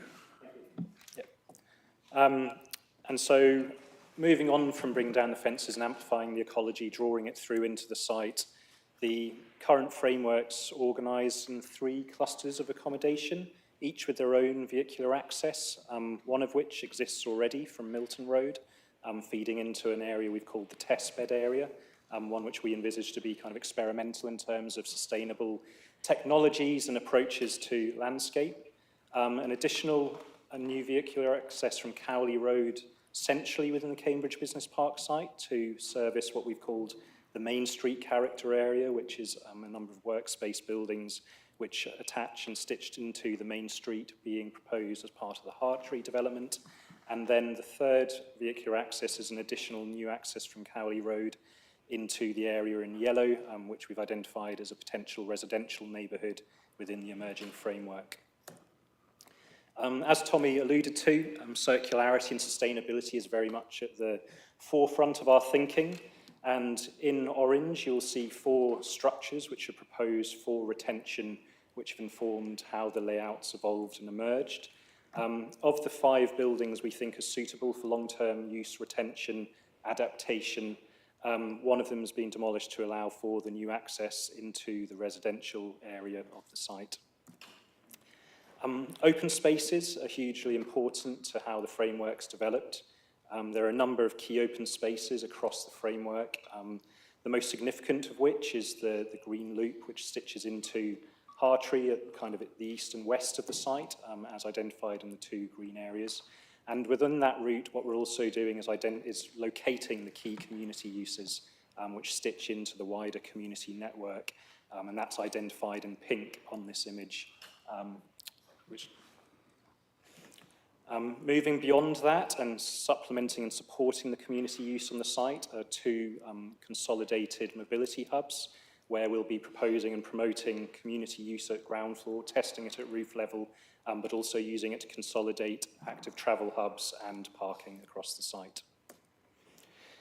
The Main Street in Hartree and the connection through to it's been hugely important in our thinking, and what you'll see here identified in orange is that Main Street connection, is the proposed Hartree Main Square, and how our site has started to contract and expand in response to that, loop connecting it through to the green loop and also the proposed guided bus stop, which itself then stitches into and down through Nuffield Road. In terms of the land uses being brought forward to the west and central of the site, it's very much about creating and establishing a new workspace ecosystem, and that's one that's creating a variety of scales of floor plates, a variety of different uses, whether it's office or lab, and really trying to work and complement the existing and emerging workspace offer across the wider district. The residential use in the site, currently at circa 350 homes plus, is exploring a variety of tenures and typologies to the east of the site. This is very much about creating a new street condition with the consented scheme at Brickgate, and also about stitching down through into Nuffield Road and the existing residential communities within the site. The penultimate principle is about exploring variety, and that's variety of form, it's variety of roofscape, it's variety of character. Where we're kind of testing this is relative to height, it's relative to building character, and really starting to ensure that there is a variety across the framework, whereas at present it's very much a monocultural business park. And this is supported in the approach to character areas, where across the framework, while we have 3 clusters of accommodation, what we're looking at doing is breaking that down into 4 different character areas, each of which will have a design code which supports its own kind of stylistic references, both within the architecture that will come forward under reserved matters applications, and also the landscape character as it's design coded and brought forward. Over to you, Tommy. Chair, while we're there, could somebody point out on that previous picture where Hartree actually is in relation?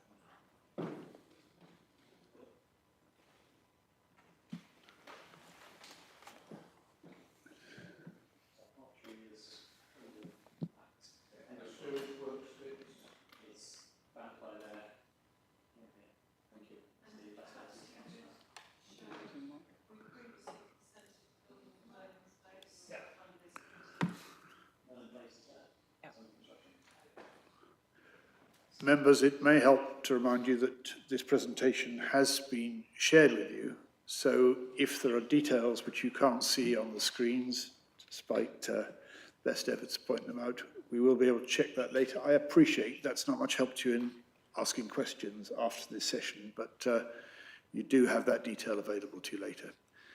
Right, please continue. Okay, just to finish, we have some sketches that illustrate the kind of look and feel of what some of these spaces might be like. From a landscape perspective, our overarching concept is to create the Cambridge Living Lab. So what we mean by this is a more experimental, pioneering landscape that's actually got a performative aspect to it. So how can the landscape address things like biodiversity loss, flooding, drought resilience, and how can we start to measure data from those different types of landscape and use that to inform the development and management of the landscape going forward. Every experiment, it needs a problem that we're trying to solve, and we're interested in looking at problems at different scales related to the landscape. So from a global perspective, we think climate change and planetary health are the biggest challenges. So how can the landscape think about carbon capture, biodiversity, planting resilience? I think from a regional perspective, water scarcity and flood risk are the biggest challenges. So again, how can the landscape think about collecting water, reusing water, about drought tolerance? And then locally, we think inequality is the biggest challenge. So how can we think about landscapes that address that inequality, create more healthy landscapes, active landscapes, spaces for health and well-being? There's a number of different key spaces. I think Dan's been through most of these. Number 1 and 2 are the two most significant green spaces. Number 4 is a new town square that connects to the main street of Hartree. Number 5 is an experimental arrival space off Milton Road. And number 7 is more of a residential character, so a real network of different landscape characters. In terms of movement, we're looking at completely flipping the pedestrian to vehicle priority. At the moment, a road runs through the middle of the site that serves a lot of surface car parking. We're looking to change that into a pedestrian and cycle route at the centre. So you can see, where's that feedback coming from? So you can see that okay. You can see the orange line is the primary pedestrian route. So that is where there would be busier. Just pause a moment while we sort out the echo there for a moment. Yeah, it's turned off. Yeah, and the speaker is as well.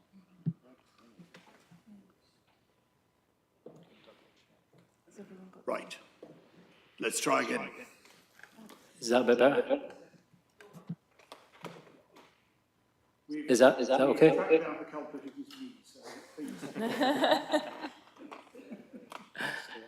Okay, is that everyone? Oh, still getting it.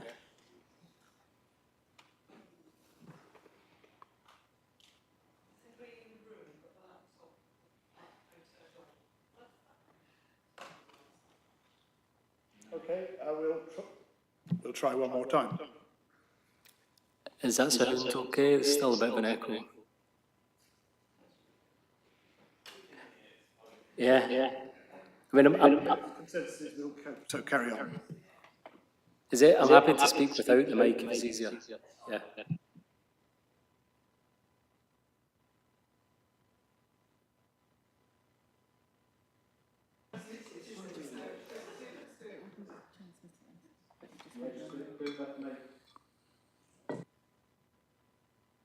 be transmitted, but the speaker won't be picked up.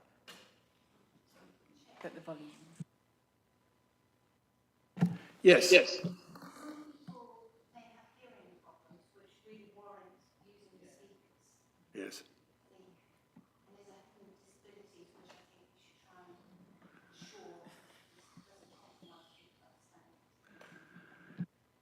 I'm sure, members, that we can find a way of ensuring that you can only hear each of us, including me, once at the same time, but we will take a short break to try and secure that.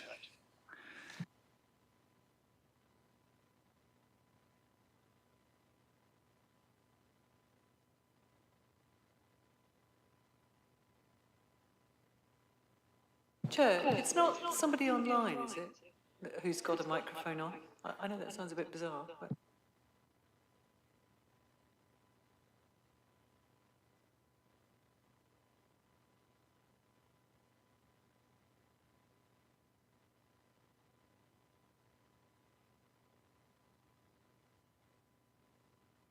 I am saying that the presenters can have a couple of minutes more because they have been rather interrupted in their presentation.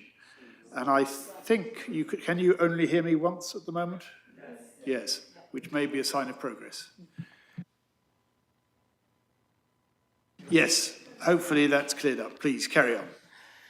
Okay, so hopefully you can hear me okay now. So this diagram shows pedestrian movement. I was saying previously that at the moment there is a vehicular carriageway in the centre of the site that dominates the experience of movement through the site at the moment.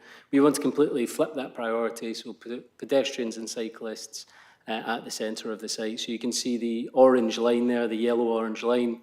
Those are the primary circulation routes, so those are where people will be moving faster, they'll be more generous. So there's a central route, and then there's north-south connections into existing residential areas and into Hartree development. There's then a series of secondary routes, which are smaller, more meandering, that connect to individual buildings and to key areas of the public space, and those might be slower in comparison to the primary routes. This is a sketch of the arrival from Milton Road.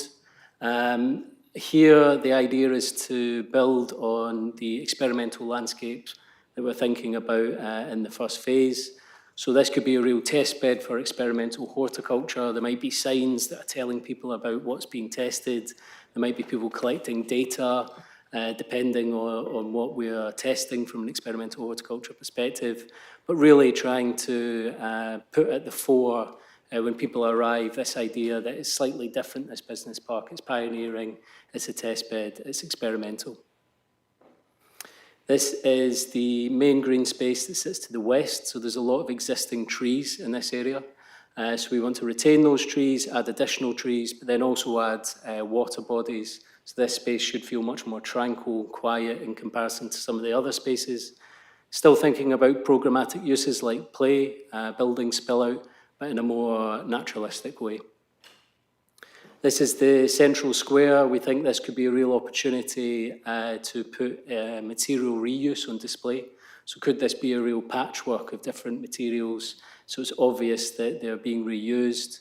And then again, from a horticulture perspective, could this be almost a garden that has real seasonal interest? So could it be a space that comes alive in the winter, for example, in comparison to some of the other areas of the site? This is the main eastern green space that connects into the residential neighbourhoods to the south and the Hartree green spine to the north. And we really want this to feel just like an extension of the surrounding neighbourhoods. So thinking about uses that will foster that sense of community, sports, play, orchards, and really extending the landscape up to the base of the building so they feel as if they're really landing within that new green space. The other thing I should say, sorry, on that sketch, if you go back, Dan, there's currently a drain that sits below the site. It's in a pipe. We want to open that up, deculvert that drain, and introduce a new water body and the habitats associated with that into the landscape. And then finally, this is one of the residential gardens, so more semi-private space that would be somewhere that's safe and accessible for the families and children living in these new homes. I'll pass back to Vicky. Thank you. So in terms of the next steps after this meeting, we're continue to engage with the officers. We've got another approximately 5 pre-app meetings focusing on transport, sustainability, and green and blue infrastructure as well. We also are going to have another public consultation around November time with another final one before we submit in spring 2026. Thank you. Does that conclude your presentation? Thank you very much, and my apologies to you for the interruptions that we all suffered during that, and thank you for coping. Now, members, your opportunity to ask questions, and no doubt some suggestions hidden as questions. Can I remind members not to commit too firmly to opinions if they want to ensure that they're not predetermined in the future? I think I have Councillor Bradnam first. It's been known to happen before. Councillor Bajent, bear with me a moment. Councillor Bajent, Councillor Porra, and Councillor Stobart, and then Councillor Smart. In that order, please. Thank you, Chair. Councillor Bradnam. So, a couple of questions for you, and just for, what's the word, declarations of interest. I have attended public exhibitions at the Crown Estate site, both in my capacity as a parish councillor in Milton, because and also as a local councillor, but also accompanying the MP. So whilst I've given general questions about this, I haven't tried to influence decision-making at all. But I would, you're clearly, and I'm delighted to see you're envisaging this as being a much more permeable site than it is currently, and a connecting site. And I'm delighted to see the amount of green that you're endeavouring to install. But what I am slightly concerned about currently, I don't know how many employees are on that site, but it is there is quite a lot of parking on the site, and I wanted to understand a couple of things about what provision you'll be making to ensure that the employees on the site arrive by modes other than car. I mean, for example, will you have a ride to work, a travel to work management plan, because there isn't anywhere else for people to there isn't going to be enough parking, and I'm very concerned about displacement parking because we've already had problems in Milton with people parking there and then walking over the Jane Coston Bridge to the Hartree site area and places there. But also, what provision will you be making? You know, all of those images showed open spaces with pedestrians, but what provision will you be making for disabled access to the employment sites, but also the community sites? Third question was about what provision will you be making for the probability that, well, the hope that this site will be one of the areas through which e-scooters and e-bikes go, because they're currently used very much by people locally to access the railway station and out to local villages. Councillor Bradnam, sorry to interrupt you. Three, and then the last one. I did say earlier that I encourage members to put their questions together, but if we could try and avoid having too many, because I propose that we conclude this at about 1:15. And the Councillor fourth Bradnam, one please. is, I'd like some more information. You mentioned about community purposes in the 2 buildings on either side of the green cut through, and I'd like to know more about that. Thank you. Who wants to lead on that, comment on that? Right. I can probably start, and others, please chip in or raise your hand. On the parking side of things, I think we really embrace the vision for the whole district to really push for progressive parking ratios and promote sustainable travel. We're planning to reduce the actual number of parking spaces on site, and where we're proposing things like mobility hubs, you know, that's trying to make accessible mobility, e-scooters, those types of facilities, shared cars as accessible as possible. So ground floor is dedicated to that promotion of use, with the inevitable sort of remaining car parking spaces above. In terms of doing our bit in terms of travel plan, absolutely, as part of our management, we're the long-term holders of the business park. We intend to hold it for the long term as well. So those types of initiatives, will certainly be progressing. The obvious the top line initiatives that should help with that will be much better connections to utilise Cambridge North Station. Currently, it's a bit of a awkward walk to get there. We should be able to cut sort of 2 to 3 minutes off that walk time, and also invest in making those routes sort of safer, more well lit, which is a continuous bit of feedback that we get, that more people would use those facilities if it was a connected, safe and easy to do so. And then also, early days in our discussions, but we think there's a strong business case for additional crossings across the guided bus stop. Appreciate there's a lot of nuance to that, but in terms of pure access, movement, sustainable travel, I think there's quite a strong argument there for additional crossings and potentially a new stop that allows access to the green route and the start of the main street. In terms of disability access, yes, we're probably quite early at this outline stage on exactly what that looks like, but we will certainly commit to providing accessible spaces, disability provisions. I believe we've got a workshop next week with an inclusivity and access design specialist who's going to be sort of critiquing our early master plan, so we can build that in. So I probably don't have a detailed answer for you now, but yes, it's very much on our minds. Just to add to that, so we are... Just to add to that. Can you hear me? So we are integrating blue badge parking within the public realm. So we're working with the transport team to make sure that there's enough space within the public realm and there's carriageways that serve those blue badge spaces, and they're within distances to building entrances. We're fortunate in that the site is relatively flat as well. So in terms of making those connections as accessible as possible, it's more straightforward on this site. Thank you for that. I think next on my list, Councillor Bagent. Thank you, Chair. Couple of points. One, I'm being increasingly drawn aware to when sites are being developed that they don't allow the contractors to park on the site. We've had this twice in Romsey in the last month or so, where contractors' vehicles are being parked in the surrounding area. And that's causing an enormous amount of trouble. And I wondered if you could consider that as you move forward, that you've got a very big site, so you should be able to accommodate that. Now, my second point is, how contingent is this development on the removal of the sewerage works and the development of Hartree? Are they linked, or are they entirely separate? Clearly, they're separate developments. But if Hartree was not to go ahead, if the sewerage works was not to be moved, would that mean that this development wouldn't take place? So no, I think when we were first looking at this development before the AAP and before consideration of the sewage works, there was always the potential for probably the last decade.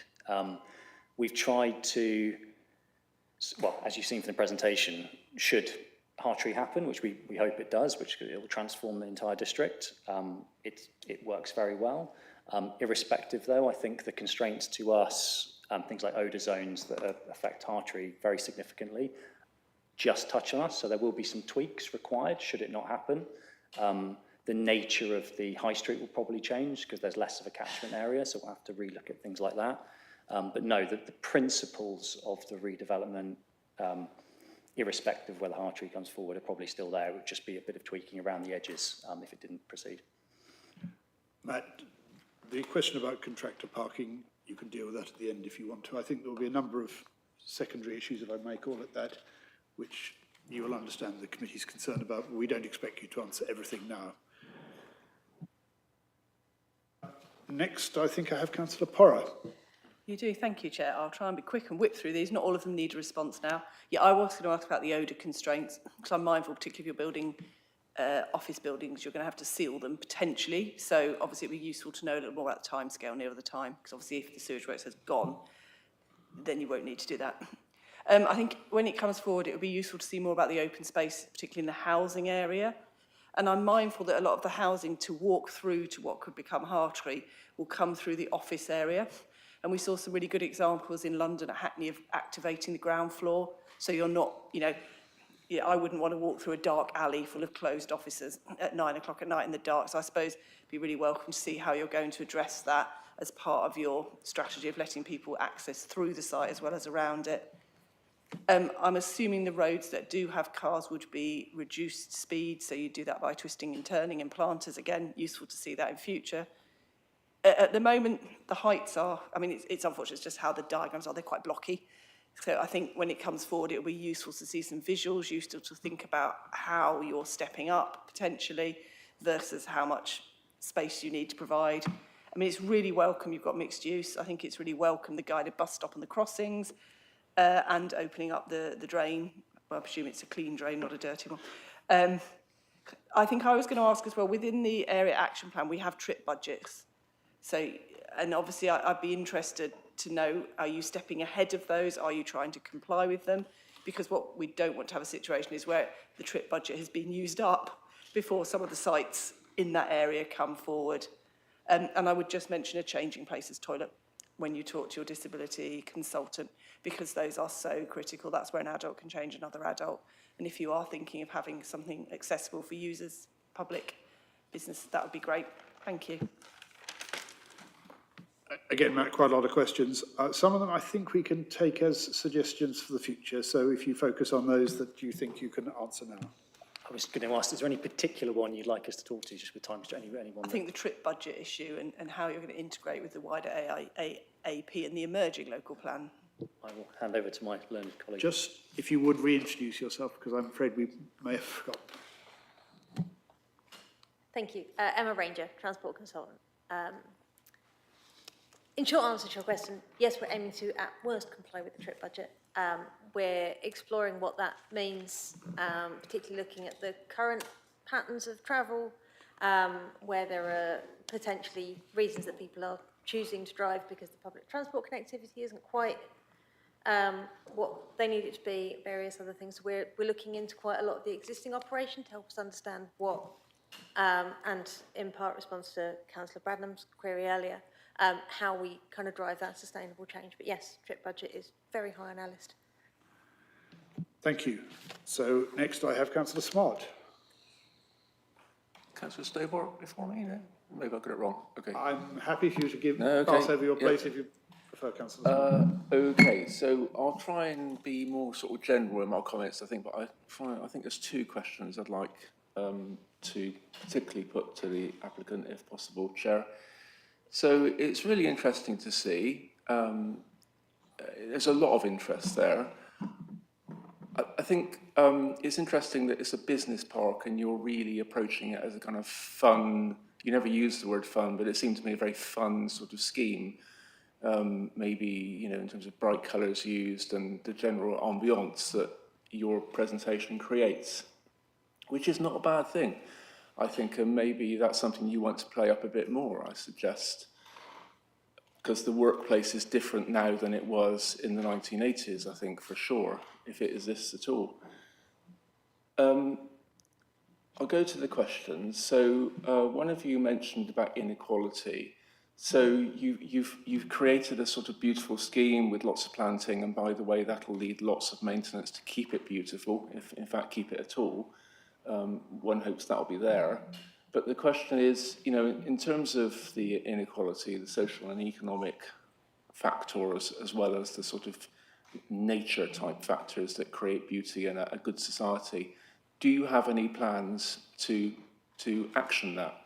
So I know that Cambridge Consultants, one of our people has worked there in the past, take on tech scholars, young people without degrees who can come from the local community and learn how to work in engineering.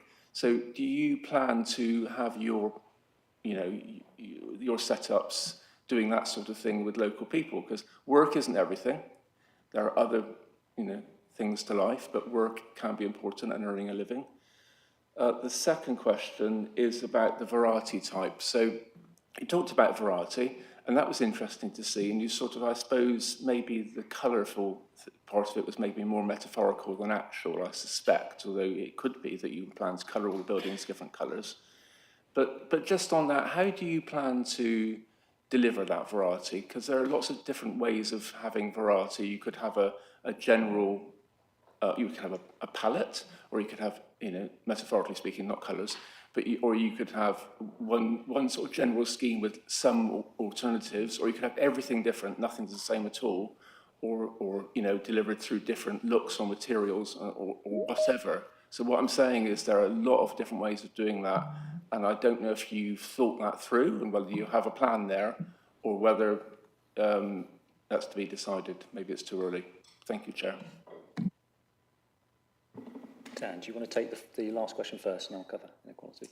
Thank you. Yes, with regards to variety, I think where we're getting to in terms of the diagram shown, and you're right, it is a diagram where we're trying to differentiate between essentially 4 different character areas, as we've termed them, is effectively the next step would be starting to create a design code for each of those to ensure that there is a mechanism that's captured within the outline application where the variety is retained to the extent that's consulted upon, engaged upon, and kind of essentially established through that process. And so I think that's very much the next step. When we talk about the testbed character area, we see its variety might be in terms of sustainable technologies. When we talk about the kind of main square character area, we think it's probably got a bit of a more civic function, and the architecture might represent that, and the ground floor might represent that in terms of activation at ground floor. Likewise, the park edge, it's got 3 existing buildings around it that we're proposing to extend, adapt, and that in itself will create its own character just through deep retrofit, and then the kind of residential neighbourhood, because it kind of is almost zonal, again, will have a very different character. And I think, but it's very much about the design code process moving forward that we envisage the character and the variety which we are keen to establish is actually captured in a way which resonates with the community and stakeholders. And then Matt, I think you're probably best placed to take the social value question. Yeah, so on the point around inequality and social impact through the scheme, I mean, it's come up time and time again. We engage with a lot of the stakeholder bodies. Innovate Cambridge, it's a very key theme and target for them that we support. In terms of what we're doing, I think we've been building up a short and a long-term strategy. So sometimes with these things, you can overthink them and talk about them for ages, and it's actually the impact that's important. So we've tried to start testing some ideas where we can create impact early. We've already started a series of schools and skills initiatives with Form the Future, doing some Dragon's Den and some entrepreneurial skills stuff. We're doing some work with Cambridge Science Centre on their construction skills work. They've also helped us out on some of the consultation stuff to engage a broader audience on sort of future job opportunities in science. We've also we're using kind of the buildings we have on site as well, just to get the maximum benefit out of them. So we have a Meanwhile charity hub with 7, hopefully soon to be 8 local charities that give us kind of a bit of intel. We work with them a little bit as well on engaging communities, which has been really beneficial. And we've created an urban sort of collaborative room as well that we give to community groups, ask people to come in outside of sort of formal consultation, just so we can get a flavour of where we can have the most impact. And then I think one of the topics we mentioned before is we're particularly keen to see if we can foster a bit of a clean tech planetary health hub on the park, partly because that aligns to the Crown Estate's values around nature, agricultural land, energy, marine, offshore wind, those types of topics, but also because it delivers on that inclusivity ambition a lot better than probably some of the other areas of science innovation. There's a much broader range of job opportunities within that part of science than there is in others. So yeah, really trying to invest, but equally outside of this room, we'd love to get further ideas and feedback of where we can play a role. Councillor Smart, yes, please. Just briefly, thanks for the answers, and I appreciate the last one is quite a difficult one for you to take on, but so thank you. But we, as councillors in the city, are all keen to help with that sort as well. So, yeah. Now, members, I'm proposing that we close this in 10 minutes. We have, I think, 3 more questioners listed. I have Councillor Thornborough. I'm sorry, I'd missed Councillor Thornborough. So, Councillor Thornborough, Councillor Stobart, Councillor Smith, Councillor Flaubert, and Councillor Hawkins. So, if we're to fit all those in, I would be most grateful if members would keep their questions brief, preferably not too many of them, and perhaps Matt, you and your team would keep your responses equally brief so that we can get through this in the time available. So, Councillor Thornborough. Yeah, I don't need responses. I'll just make my points and questions. So I think Crown Estate comes with a formidable reputation. I think you, along with the colleges, have the best example of long-term planning going forward for decades, and I hope that that's reflected here. I think in the area action plan, there's two areas that I'm interested in, and I don't know if you're going to meet what's in the area action plan. One is 3.5 for open space, which is for informal open space and play, and then also 6, which is jobs, homes and services, where for this site it's proposing 500 homes for this site, and we have a housing crisis in Cambridge, and if you're not going to provide that number of homes, I'd really like to know why. And the affordable homes is, we really need this, and this area needs it as well. Yeah, I'm really pleased that you talked about the hub space, because I know for a lot of startups, they really appreciate the being able to meet with others and exchange ideas. That's really great for innovation. Great about the trip budget. I think it'd be really, really helpful if you, when you explain movement, existing movement, and then proposed changes movements, use the transport movement hierarchy. Start with the pedestrians and work the way down. Finally, the whole estate, you could negotiate with the train companies and get a really big discount for the proposed final site. Stansted Airport had negotiated a 70% discount on train fares for their staff working at Stansted. If you negotiate in advance of your site fully developing, you could have a huge discount that would really encourage people to use trains and public transport. Thank you. Matt, I hope you can take those as some suggestions phrased as questions which you can bank for the future, and then we can move on to others if that's all right. Councillor Thornborough, yes. So then we have Councillor Stobart. Chair, yeah, a few comments and then 2 questions. First comment on monitoring and adaptation. You did talk about that, and it provokes ideas around climate resilience, but also resilience to the businesses of where they're operating. That would bring me on to the next point, which is about modular construction. And we have in this chamber talked about the benefits of modular construction, particularly in regard to labs. So the precision assembly of labs in the factory environment gives you a lot of advantages than for quick installation and precise installation on site. So I'm just going to park that as a comment, and then I've got 2 questions. The Green Corridor presentation was clear, but I'm wondering if wildlife corridors are also considered within this context. Now, just to the north, we have the A14, which is a formidable barrier for everybody, let alone wildlife. But are we subscribing to the possibility of wildlife corridors in this development? So that's the first question. Second question, if light rail were to arrive in this part of Cambridge, how would you accommodate that? I don't feel committed to answer the second question. It is inevitably a little bit theoretical at this stage, but yes, your comments, Matt. I can answer the one on wildlife corridors. So I think, yeah, we're definitely committed to creating those ecological corridors. I think that north-south spine started by thinking about creating wildlife corridors to the River Cam, because it's such a significant ecological corridor within the city. So I think that was our starting point, and it was only once we realised that there was lots of social life happening on that street that it became something more than an ecological corridor. So I think, yeah, we're definitely thinking about those wider connections, and we would do that through the specification of different habitat types, protecting different areas so they don't have so much interface with human activity, and kind of thinking about those stepping stone habitats. Right. I'm sure, Matt, you can take Councillor Stobart's second question as a suggestion for consideration in the future should it arise. Councillor Smith. Yes, thank you. I just want to draw on the remarks that Councillor Thornborough made. I think falling short on the housing requirement would be a significant concern to me and probably the rest of the committee as well. It's 500 homes, to be clear about that.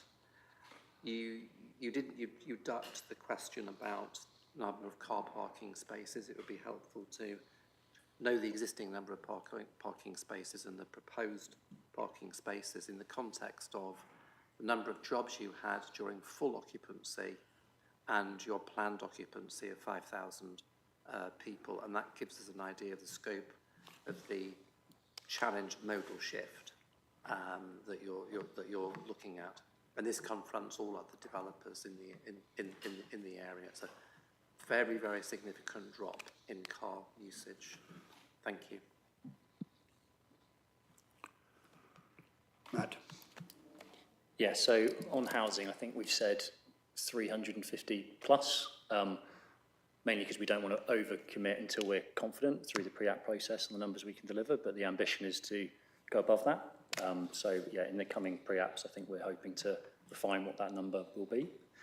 On the parking side of things, we currently have 1,202 spaces, I believe, and we're currently modelling and testing 2 mobility hubs that will accommodate 1,000 parking spaces.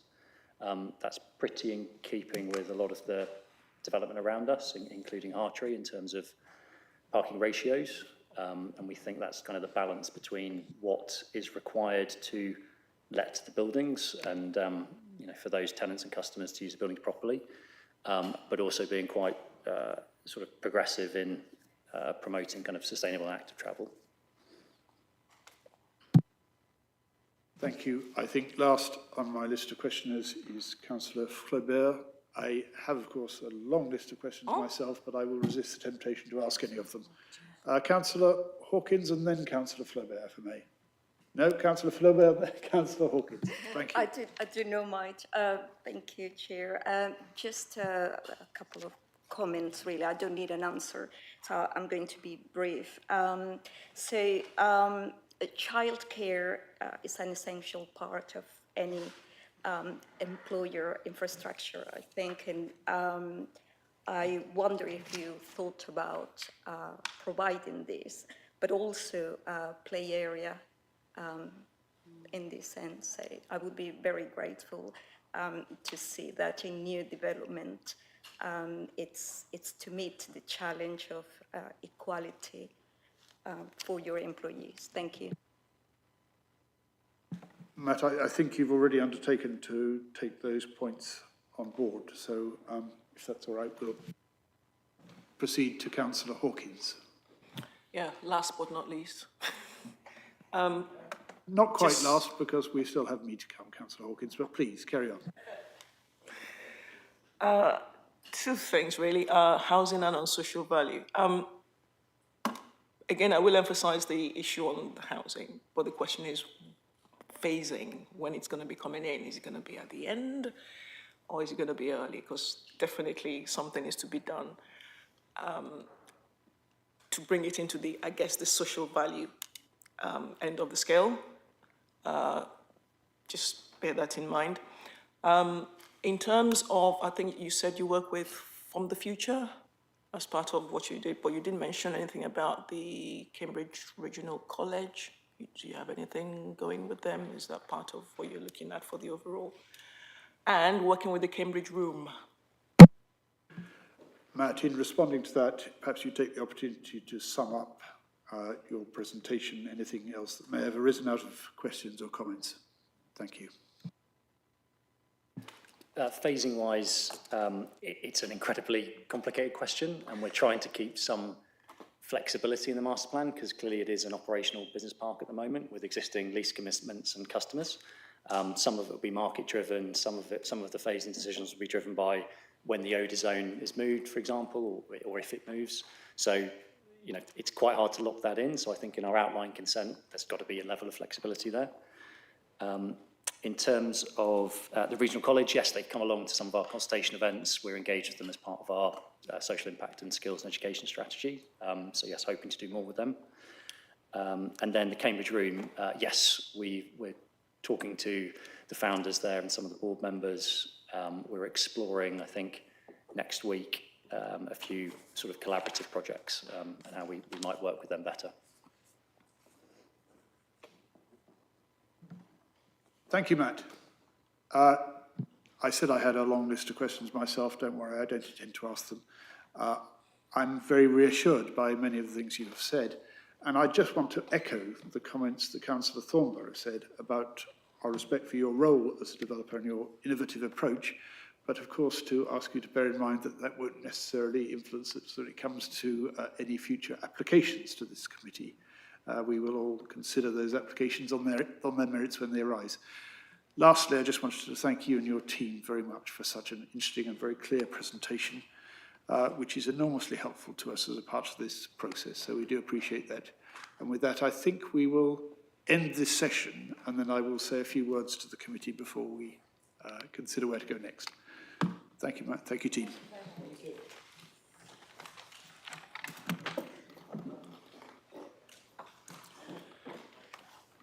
For the committee, we are a little behind the time that I think we had anticipated for various reasons. I suggest that we don't try and take the next developer presentation before lunch. We break for lunch now and return here at 2 o'clock, if that's all right.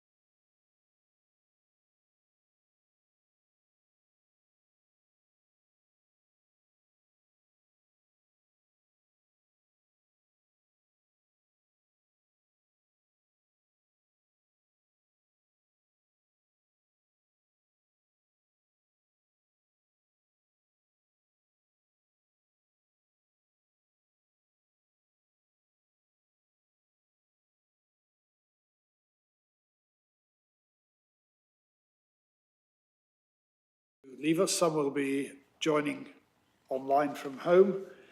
Councillor Flaubert has had to leave us, and I'm very glad to see that Councillor Bob Illiworth, having sat through everything this morning, is now able to become a formal substitute, I think, for the first time. So welcome to the committee. Right. So we resume, sorry, just for the record, meeting of the Joint Development Management Committee on the afternoon of 17th of June. And we now move to item 5B, which is another presentation in relation to Darwin Green Phases 2 and 3 development site on Cambridge Road, Impington. This is the site-wide design code, condition 9 for outline planning permission 22/02528/OUT, up to 1,000 residential dwellings, secondary school, primary school, community facilities, retail uses, open space, and other works. The process for the briefing follows the same process as the previous briefing. The timetable may be slightly more accelerated. So the intention is that the developers will be invited to present for 20 minutes, hopefully without too many interruptions, and members of the committee will then be able to ask questions for a similar period. So with that, please would the developers introduce themselves and some of their colleagues, welcome, assisting with the presentation, and at the end of that I'll invite councillors to ask questions once your presentation has finished. So please, go ahead. Thank you very much. My name is Mike Jimison. I'm Design Director at Tate Hindle Architects. I'm going to be walking you through the initial work that's been done on the design code, which, as was mentioned, was a condition of the outline planning permission for Darwin Green Phases 2 and 3. I'm joined today by Matt Jarvis from Rural Solutions, who is the landscape architect for the project and is assisting on the design code. In addition to that, we have other members of the consultant team and the client. To my left, I have Becky Bonnet from Barrett Redrow. We've got Harriet Wooler from Bidwell's Planning, and my colleague Sophie Lewis-Ward from Tate Hindle Architects. In addition to those present, we also have other consultants that will feed into the design code process, including Horley on sustainability and Woods Hardwick. And actually, we have got Scott Darrington online if you have any questions on transport later on in the meeting. Finally, we have commission projects who have been brought onto the team who will help with the art strategy for the design code. Before we start, if you're going to use that, which would be very helpful, do you have a laser pointer available to you on there? Because we were having difficulty with an earlier presentation, seeing where the pointer was on the screen. I don't have a laser pointer. Don't worry. But hopefully you can see my mouse on the two screens. If you wiggle it a lot. I'll wiggle it a lot, yeah. That would be good as well. That'd be helpful. Thank you. Right, sorry to interrupt, please carry on. Right, thank you. I think everyone is very familiar with this project, but this is an aerial view just showing the immediate context to Darwin Green. The site itself is picked out in the dark red line, of which the development is shown with the red dashed line, which is where the up to 1,000 homes, the new schools and amenities will be provided. Outside of that area, we have a 49-hectare country park that follows the boundary of the A14. Directly to the south of our site, you can see Darwin Green Phase 1, which again, I'm sure you're very familiar, which was consented some time ago to deliver 1,593 homes and facilities. Many of the homes are now either on site or occupied.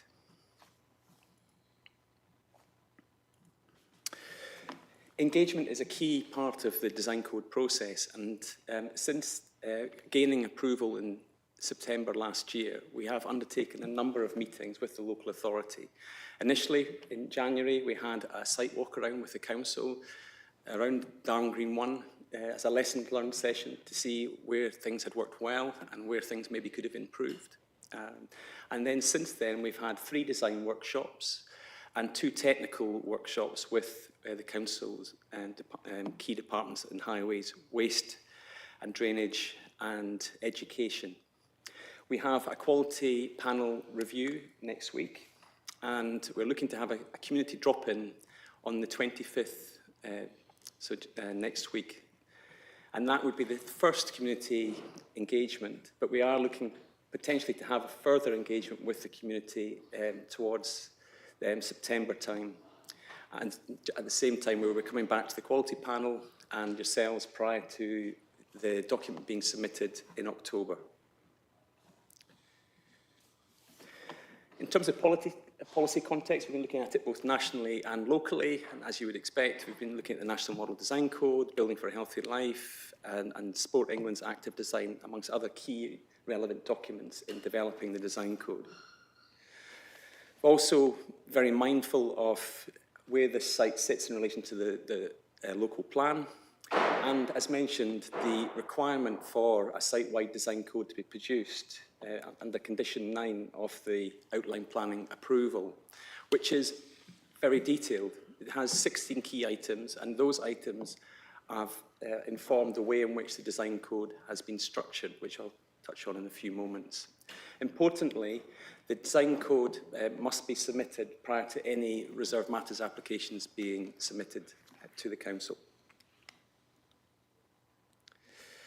Turning to opportunities and constraints, we're very familiar with the site. Many of the consultants that are working on the design code have worked in other parts of Darwin Green. Tate Hindle has been involved in phases 5 and 6 of Darwin Green 1, and other members of the team have been involved. You've been involved in the landscaping largely over the last 8 to 10 years. Yes. So, as I say, we're very familiar with the context, and from the outset, we were exploring the existing landscape, the topography, services and infrastructure to ensure that the design code that comes forward meets all of the requirements outlined planning approval. You can see a couple of photographs of the site itself. The aerial view shows the site, which was previously agricultural land. You can see the A14 towards the top of the image, existing residential to the west, and the emerging Darwin Green 1 to the bottom right. Largely the site is flat. There's a change in level of about 6 metres from the area where you can see the existing sheds dropping down towards the A14. As part of the development, these sheds would be removed, and that's picked up on one of the parameter plans. Just to recap on some of the key moves within the outline planning permission.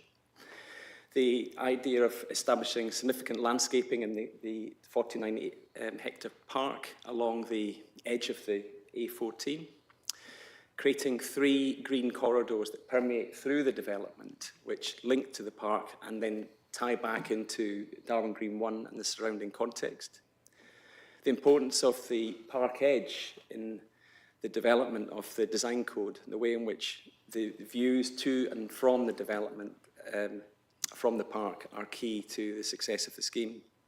Consideration of movement and access and permeability, supporting active travel, reducing the impact of the car is fundamental to the success, and creating a diverse landscape with a series of distinctive character areas is, again, essential to the success, and is something that the team have been very much focusing on. And then finally, the importance of creating streets and spaces that are legible, easily navigable, and assist wayfinding.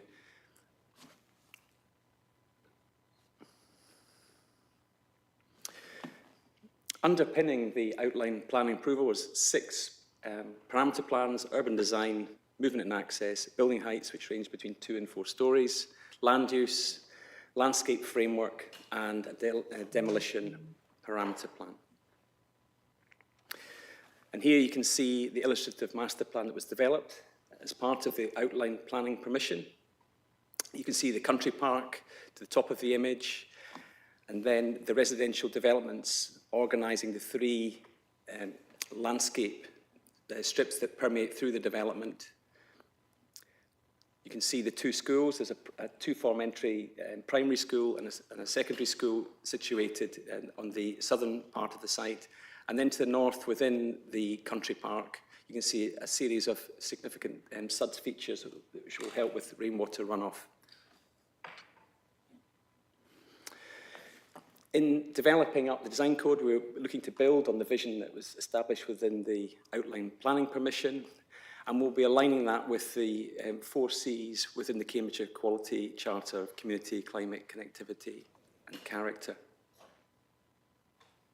We're also mindful of the work that Stephen Platt undertook with the New Neighbourhoods in Cambridge research paper, and we've used those recommendations to assist us in developing up a structure for the design code, in particular reducing the document to no more than 100 pages, making sure it's clear and concise with lots of photographs and diagrams rather than heavy reliability on text.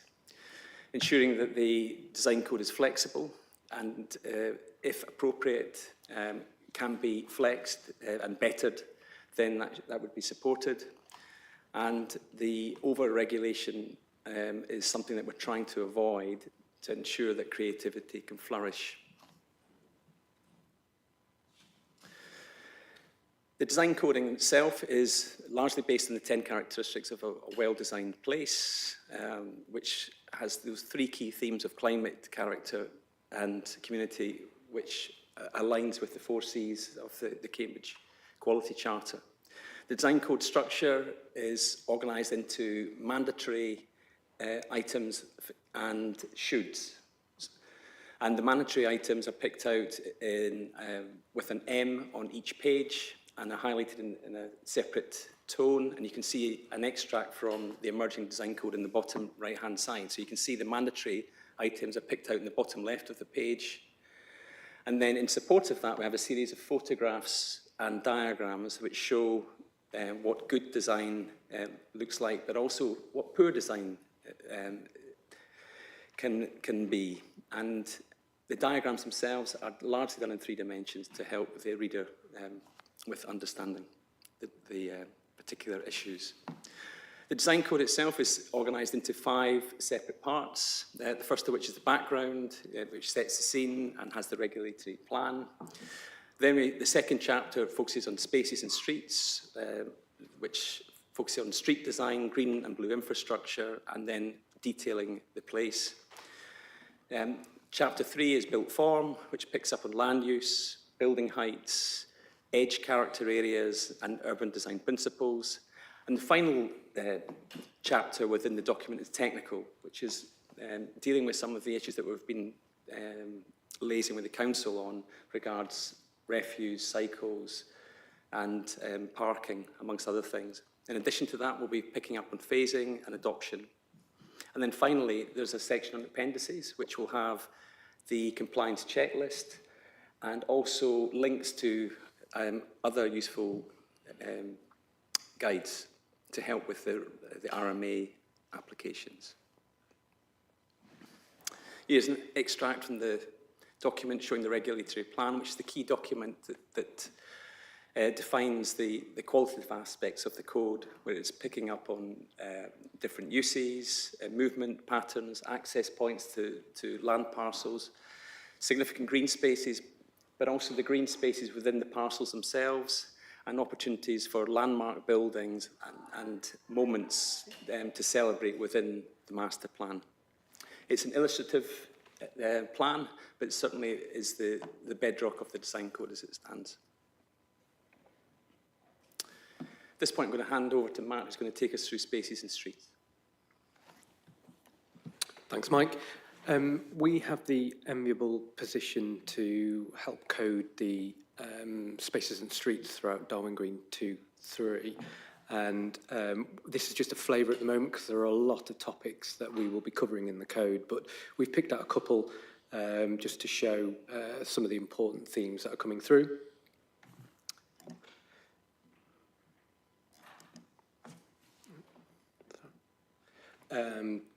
One of the first ones is biodiversity and access to nature. Mike's hinted already at the green space that we're bringing forward in terms of the key moves of the three spine kind of green corridors that run through the site. These have been positioned to address work that's been previously done on DG1, linking in with the Northwest Green Corridor and the public right-of-way that runs through that, and also providing key linkages to the country park to the north. As part of that, strategy for those spaces, we feel that there is an opportunity here to provide space for nature through planting, habitat creation, but also providing opportunities for local residents to engage with that green space and to experience that nature, and also to encourage movement through those green routes and provide a kind of a supporting healthy lifestyle for local residents. Moving on, another topic that we are looking in detail in terms of how we code is the management of surface water. We know that the site is constrained in terms of the levels which flow to the north, but we do require some land raising to help drain the site. The drainage requirements do rely on an element of pumped solution. However, we are working hard to try and limit the reliance on that. Green spaces will be developed and coded in terms of the mandatory requirements to include a variety of SUDS features. From the green spaces, that could be anything from open swales, floodable landscapes, and flexible spaces, which will change from a seasonality point of view, through to ideas of on-plot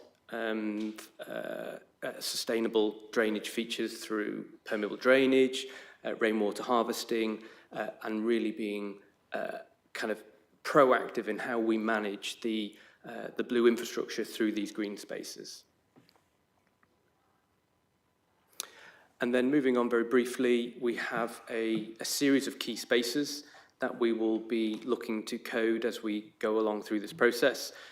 This is just a highlight of some of the key ones that are emerging at the moment. We feel that there are spaces within spaces, but we just thought we'd highlight the idea of the community square, which is highlighted with an orange area there. Thank you, Becky. That really brings together an opportunity for the community to come together, where the community hall kind of hub will be located, and a real focal point for the development for community events. We've also got School Square, which is located just on the primary street in front of the secondary and primary schools. And the idea of that is to deal with safe travel to and from the school, how drop-off works, and how setting a robust green space in front of the education buildings to provide that setting and arrival space. Moving on, we've got the Gateway Square, which is that red area to the Spine Road. The idea that that sets the kind of tone for the development and the arrival space into Darwen Green. And we've got additional public spaces such as pocket parks and street greening. All of these have an important kind of role to play in terms of allowing local residents space to nature and green space, and to promote access to play, areas for increased dwell time and enjoyment of the various landscape features that we're promoting. I'll pass it over to Mike. Thanks very much, Matt. So moving on to Built Form. We have, as part of the master plan structure, we've identified a series of edge conditions which respond to different setting, density, building typology, and material application. We don't want to create a ubiquitous development, so actually developing up a strategy for these edges will add distinctive character to particular aspects of the site. And we've identified 6 particular edge characters that we want to share with you. The first of which is the country park edge. So how that how the development looks and feels from the park, and then looking out from the park. We're trying to ensure that the housing engages directly with the park. And then you get the transition to the primary street, which is more formal. The primary street is the loop that sweeps through the development and then lands at the end where the schools are. And that's more formal in nature. The buildings are taller. And that's the second of our edge character areas. The third of which is the green fingers that permeate through the development and the way in which the housing engages with those tighter, more intimate landscape spaces. And then as the scale of development drops towards the secondary street, which is located in this L-shaped arrangement here, which hopefully you can see on the screen, again, the streets become slightly narrower. And so there's a hierarchy of spaces and places throughout the development. And finally, the tertiary and muse streets are where the most intimate spaces are, where the buildings are largely 2 stories, and the buildings themselves are closer knit. It gives a different feel, and so there's a real variety of places throughout the development, which we're looking to explore and codify within the design code. In addition to that, I've touched on the landscape, the landmark buildings and prominent corners. Then there are many opportunities for those. The landmark buildings are picked out on the asterisks or the stars that you can see on the plan on the screen here. And these tend to be in key locations, important street corners, gateways, and terminate vistas. And the buildings themselves could be different in nature to the surrounding buildings, potentially slightly taller or taking on a different form with enhanced detailing. And these landmark buildings are then supplemented by other areas of the prominent corners, which are secondary features within the master plan which aid wayfinding. And again, as part of the placemaking strategy, they provide richness and definition to the development. And the plan that you see on the screen, these tend to be along the primary street, and they're picked out as these red L shapes on key corners of parcels along the primary street. And these can have distinctive features and materials and patterns that celebrate their location. Turning to block layout principles, we've already started to consider these, ensuring that layouts are permeable, that promote active travel and good wayfinding. Providing or maximising views to green spaces is absolutely key. Ensuring that their building arrangements are legible, and so ensuring that the orientation is making sense, and ensuring that buildings are organised so that they are benefiting from tracking the sun throughout the day and the seasons, creating identifiable groupings, whether it's streets, courtyards, and ensuring that public and private spaces are well defined and that we're making the most of the views to and from the different parts of the development. In addition to the significant green spaces that we've touched on, we're also looking to introduce additional green spaces that are not necessarily within the outline planning approval, so that everybody feels connected to the settings. Everybody has a view either towards a tree or a green space. And you can see currently where we're thinking we can add these additional green spaces. It's early days, but certainly we think that there's a real benefit to adding more landscape within the parcels themselves. And then on to... Sorry, that's just to remind you that 20 minutes, but please keep going. Thank you. I'm probably a couple of minutes away from finishing. On sustainable design, we've looked at both buildings and the place. Starting with buildings, we've been looking at maximising dual aspect, optimising orientations, ensuring we've got efficient form factors, making sure the windows are in the right place and they're not oversized, because overheating is becoming more and more of an issue. In terms of technical solutions, it's going to be a gas-free development. We're looking at air source heat pumps, water-saving appliances, PVs, wherever possible on the roofs, to ensure that these buildings that we're designing are working hard to reduce bills for occupiers. In terms of the place itself, we want to celebrate health and well-being, promote active travel, reduce the requirement for the car. So the idea of possibly introducing site-wide car club parking, making sure that the homes and routes are well connected to infrastructure, and to create places that people really feel proud of. Palette of materials, as you might expect, is predominantly brick, and that's picking up on the predominant materials that you find in the surrounding area and Cambridge itself. But there will be opportunities to use a variety of different tones and possibly changes to the materials for the landmark buildings or prominent corners that I've just touched on. And then finally, just within the technical, this is more to do with some of the discussions that we've been having with the different departments within the council. So we've had discussion about cycle parking and storage, about best practice, where to locate them so that people naturally look to cycle or walk rather than getting in their car in the first instance.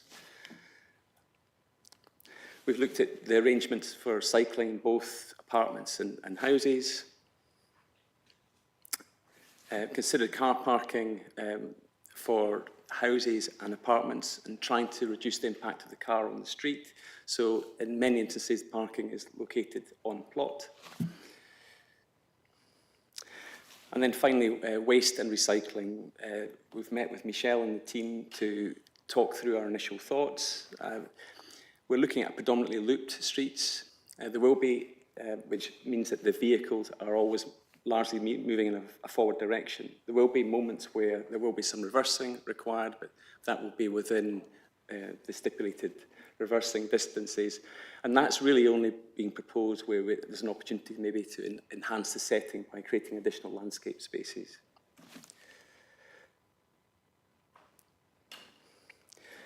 So that concludes the presentation. I would welcome any questions that you may have. Thank you, members. I see Councillor Thornborough first, and Councillor Porra, Councillor Smith, Councillor Garvey, Councillor Bradnam, and Councillor Stobart, I think, so far. So, Councillor Thornborough. Yeah, so you mentioned, I just wanted, I need to declare, I was a director at Cambridge Architectural Research with Stephen Platt when he did the new neighbourhood guide, but it's really interesting that that's still being used. Thank you. So when you showed the existing site, there was a green hedge going across the site, which seemed to more or less match one of your green corridors. So are you retaining that existing hedge? That's one question. I had heard that there was going to be a skate park in this location. In South Trumpington, next to within Hobson's Park, there is a fantastically designed skate park, which is incredibly popular, and young people and old people from all over Cambridge go there, and the hope was that there would be something similar in the north within this area. I don't know if that's possible. Interestingly, you showed some of the routes connecting to Girton as the existing communities in Girton. That's great. Is there any opportunity to connect with the space north of the A14? Are there routes under the A14 so that you could actually create really nice circular long distance walking and cycling? Now,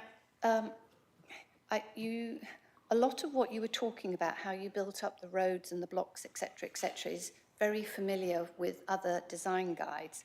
But in Orchard Park, this design guide is similar, but Marmalade Lane kind of turned the design guide on its head a little bit about not building up all of the street facades by breaking down and focusing on the landscape and tree and car-free spaces and shared spaces, private, semi-private, and public spaces.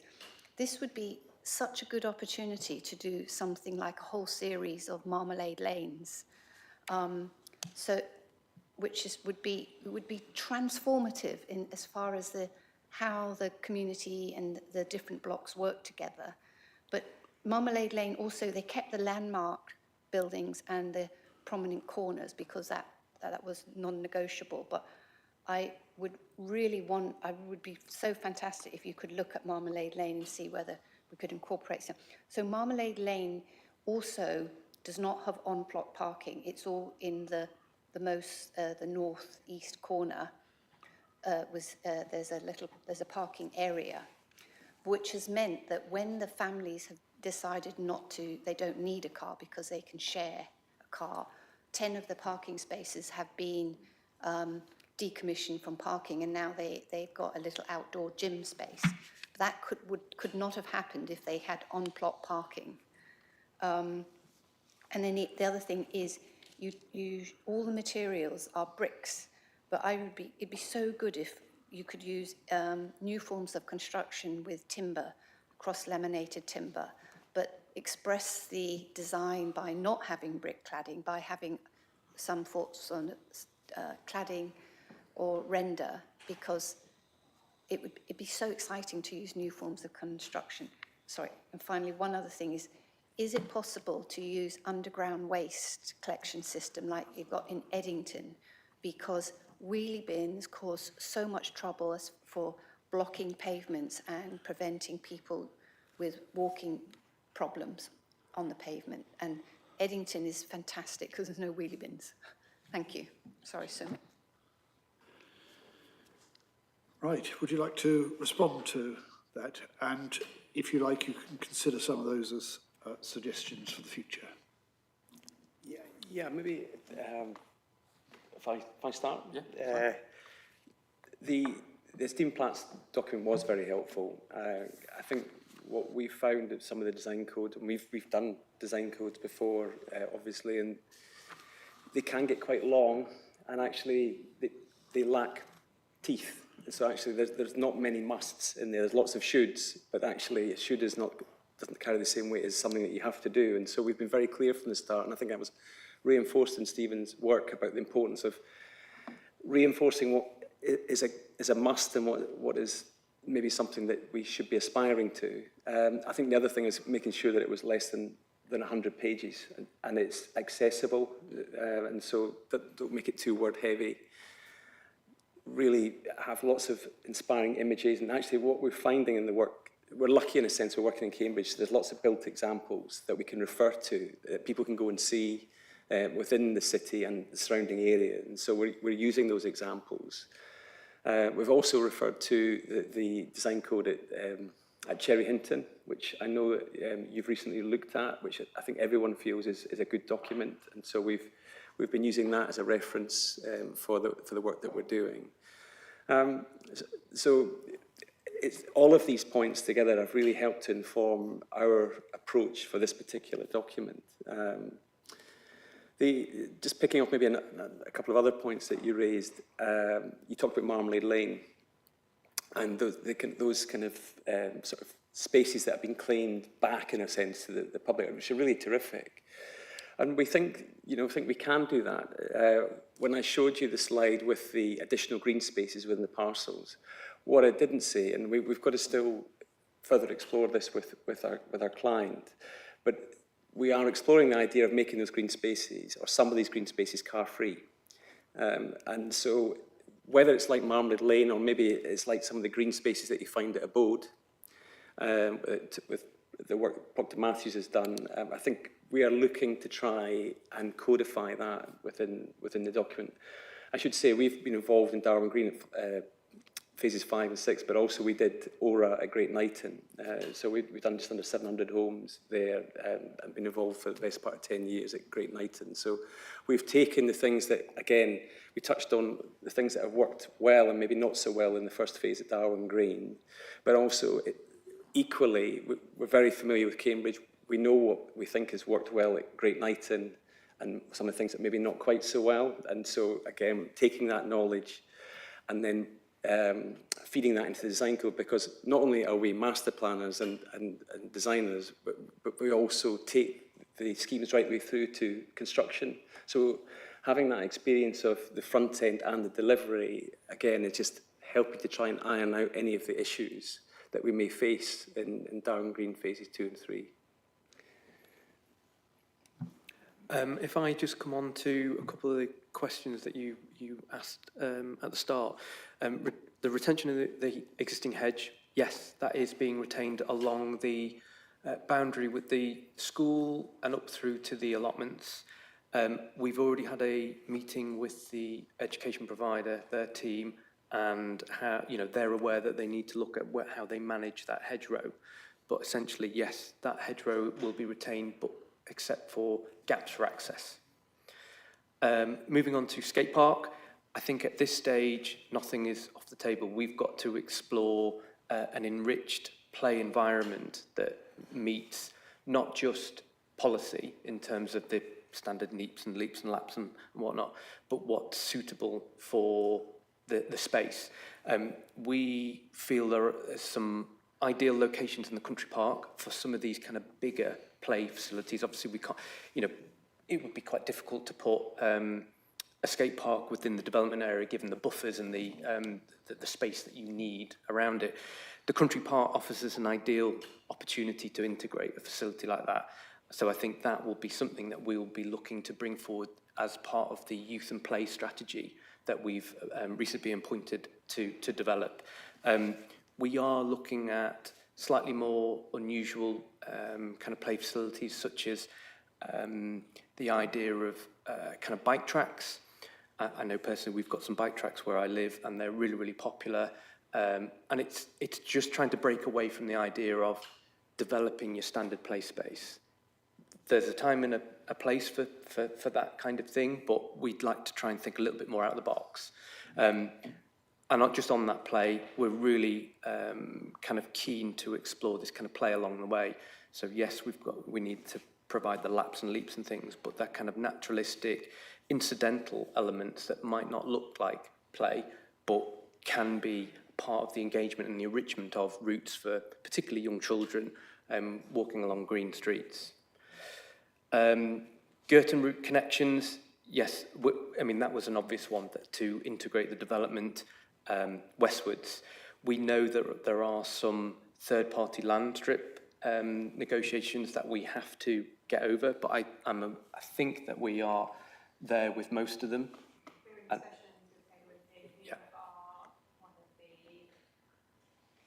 Sorry, yeah, we are in discussions with Taylor Wimpey, who own one of the ransom strips. We know that one is accessible. And also just in the point about tunnelling under the A14 for connectivity, obviously that's land controlled by National Highways. We don't think that would be possible. At one point we were needing to bring an electricity connection and tunnel under the A14 for a cable, and they weren't amenable to that. So I can't see a tunnel for pedestrians is going to be acceptable to them. However, there is obviously the footbridge, and whilst that's controlled by National Highways, we will ensure that our design of the country park doesn't inhibit any pedestrian crossing of that. So we can only design up to the land that we own, and then in terms of the surfacing over and beyond, that is out of our control. How easy would it be to just show the location of that footbridge, so that members are aware? Do you want to go back to the illustrative master plan and I'll point it out? Chair, can we just note that that land isn't in the ownership of the people who are developing the site? So it's a bit of an irrelevant question. I can understand why people are asking it, but it's not in their ownership. Yeah.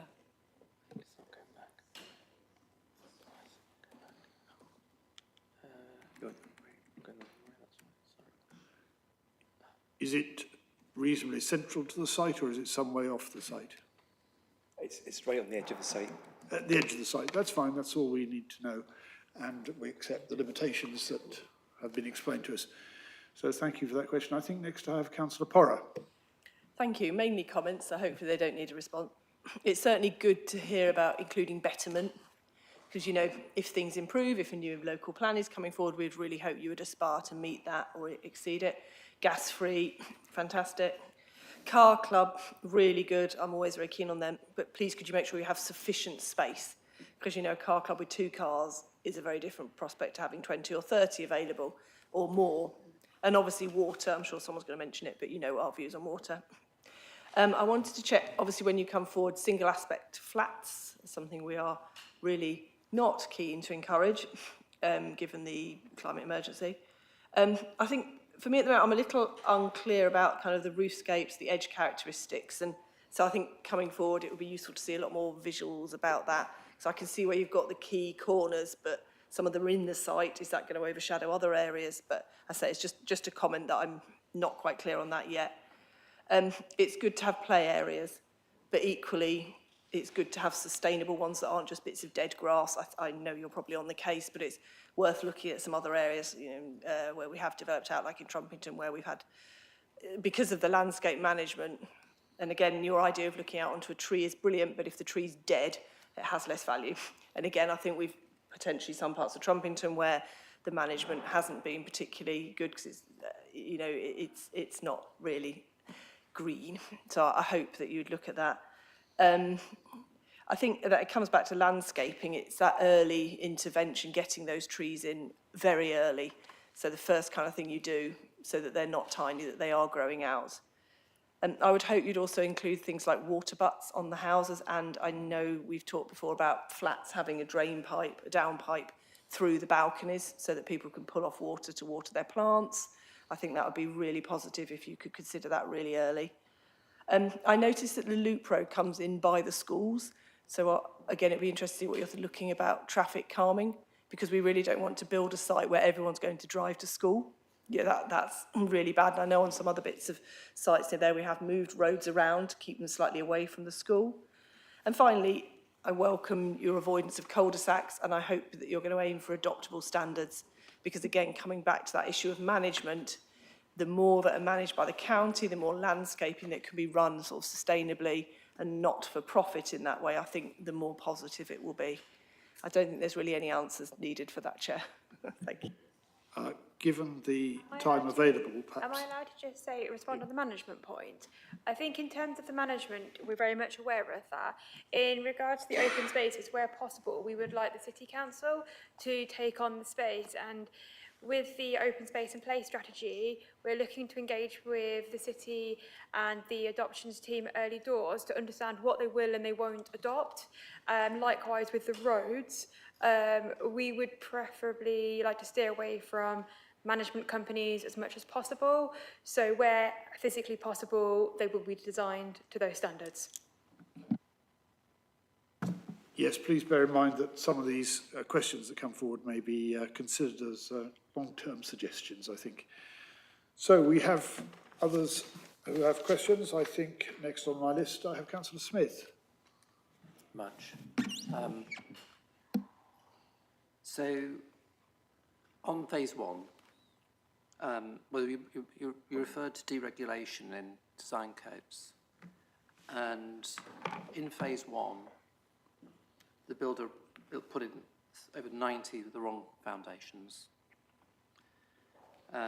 They resisted requirement to submit a planning application for the demolition works that were a result of that.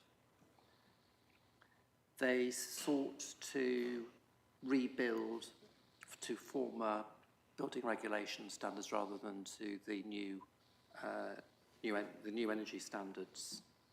They failed to fulfil a planning condition until a huge amount of effort had been put into seeking compliance with that. And the landscaping that's been put in BW 5 and 6 wasn't in accordance with the approved drawings. So deregulation is not something that I think is suitable. We have to seek compliance with the approved planning applications and the building regulations and the conditions. Now, I have to say there has been a sea change in the approach by the developer as of now, and it's very, very welcome and very, very positive, and I hope that continues.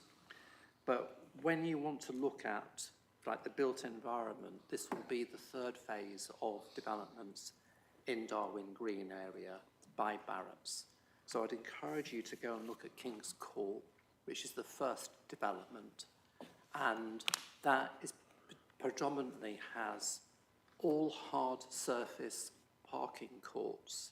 It's very unattractive and it's not good placemaking.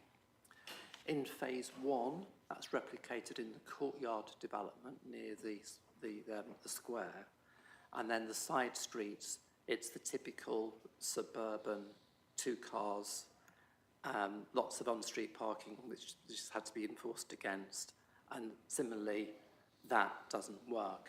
And what I've seen of 5 and 6, there hasn't been much progress from that. So think about Marmalade Lane. We have a future where we're going to have much less direct private car ownership, more sharing. And we need to be planning for that future. Driverless cars, this kind of thing is the future. And you need to take advantage of that and think Marmalade Lane and what fantastic placemaking opportunity that, that provides. Just one, I think just on terms of the country park, think about the facilities you're going to need there and the future stewardship. But my final, this is a question, this, is in respect of the site levels for the school. You mentioned this in respect of drainage and gravity. What has to be done to that site for the primary and secondary schools to make sure that you'll reach the site level that you need, and what is the scope and extent of those works, and how long would it take to put in place? Thank you, Chair. There was a question at the end there that you may be able to deal with. For the rest, I think the point about a different approach to phase 1 would sum it up, and I'm sure that will be considered by the developers. So, my name's Scott Darrington. I'm part of the team here at Woods Hardwick. So in terms of the levels and the drainage, we'll be taking that on board as part of the primary school, secondary school, as part of the overall development to make sure that the site is serviceable for the requirements of the educational facilities, as well as making sure that they drain, making sure that they drain as part of the wider surface water network. And that'll come forward as part of the design and reserve matters as the development progresses. I reckon I'll stand on because I reckon I think we have someone else coming on. Can you just introduce yourself so we know who is speaking? It's background noise, okay. I just respond on the deregulation point. For the avoidance of any doubt, the deregulation point was with regard to the design code, ensuring that it's not too stringent, that it isn't adaptable going forward. It is by no means suggesting that we won't be complying with any reserved matters permissions that we have been granted. We note, obviously the foundations was a unique situation, and I don't think we need to dwell on that, but in terms of landscaping as well, we have had issues where we've instructed landscaping and our contractors have not put the correct specimen in. So going forward on all sites, we are now asking the designing landscapers to audit sites to ensure the correct planting is done. And I note your point on hard landscaping in phase 1, and they were one of the areas that we identified with officers back in February that we didn't like for that reason. Thank you. Councillor Smith, does that deal with your concerns? Yes, it does, because it's a platform for better quality for this next development. Councillor Garvey, I think you were next in line. Yes, to explain, I've got Councillor Garvey, Councillor Bradnam, and then Councillor Stobart. Are there any others that I may have missed? I think that's it. Right, Councillor Garvey, and can we all bear in mind that we are due to finish this session in about 10 minutes? Yes, in the original drawings of the country park, it had an entrance from Wellbrook Way in Girton through to the country park. That's missing from this one, and I just wondered what had happened. Wellbrook Way is a cul-de-sac, a very long cul-de-sac. So that's one point. I think there's also an entry from Thornton Way, also onto the country park. The aim was really from Wellbrook Way to be able to access other areas. So that was one point.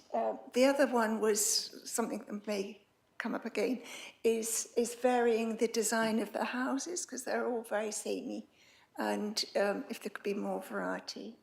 And the third point is about heat pumps. You mention some houses having heat pumps. I just wondered what your projection was about that.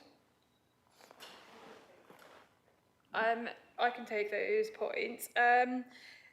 So the connections into the country park to the west of the site, they were obviously potential future accesses on the approval. We don't own access to all of those, and they are what we are trying to negotiate with the landowners to create permeability and rights of way at the moment.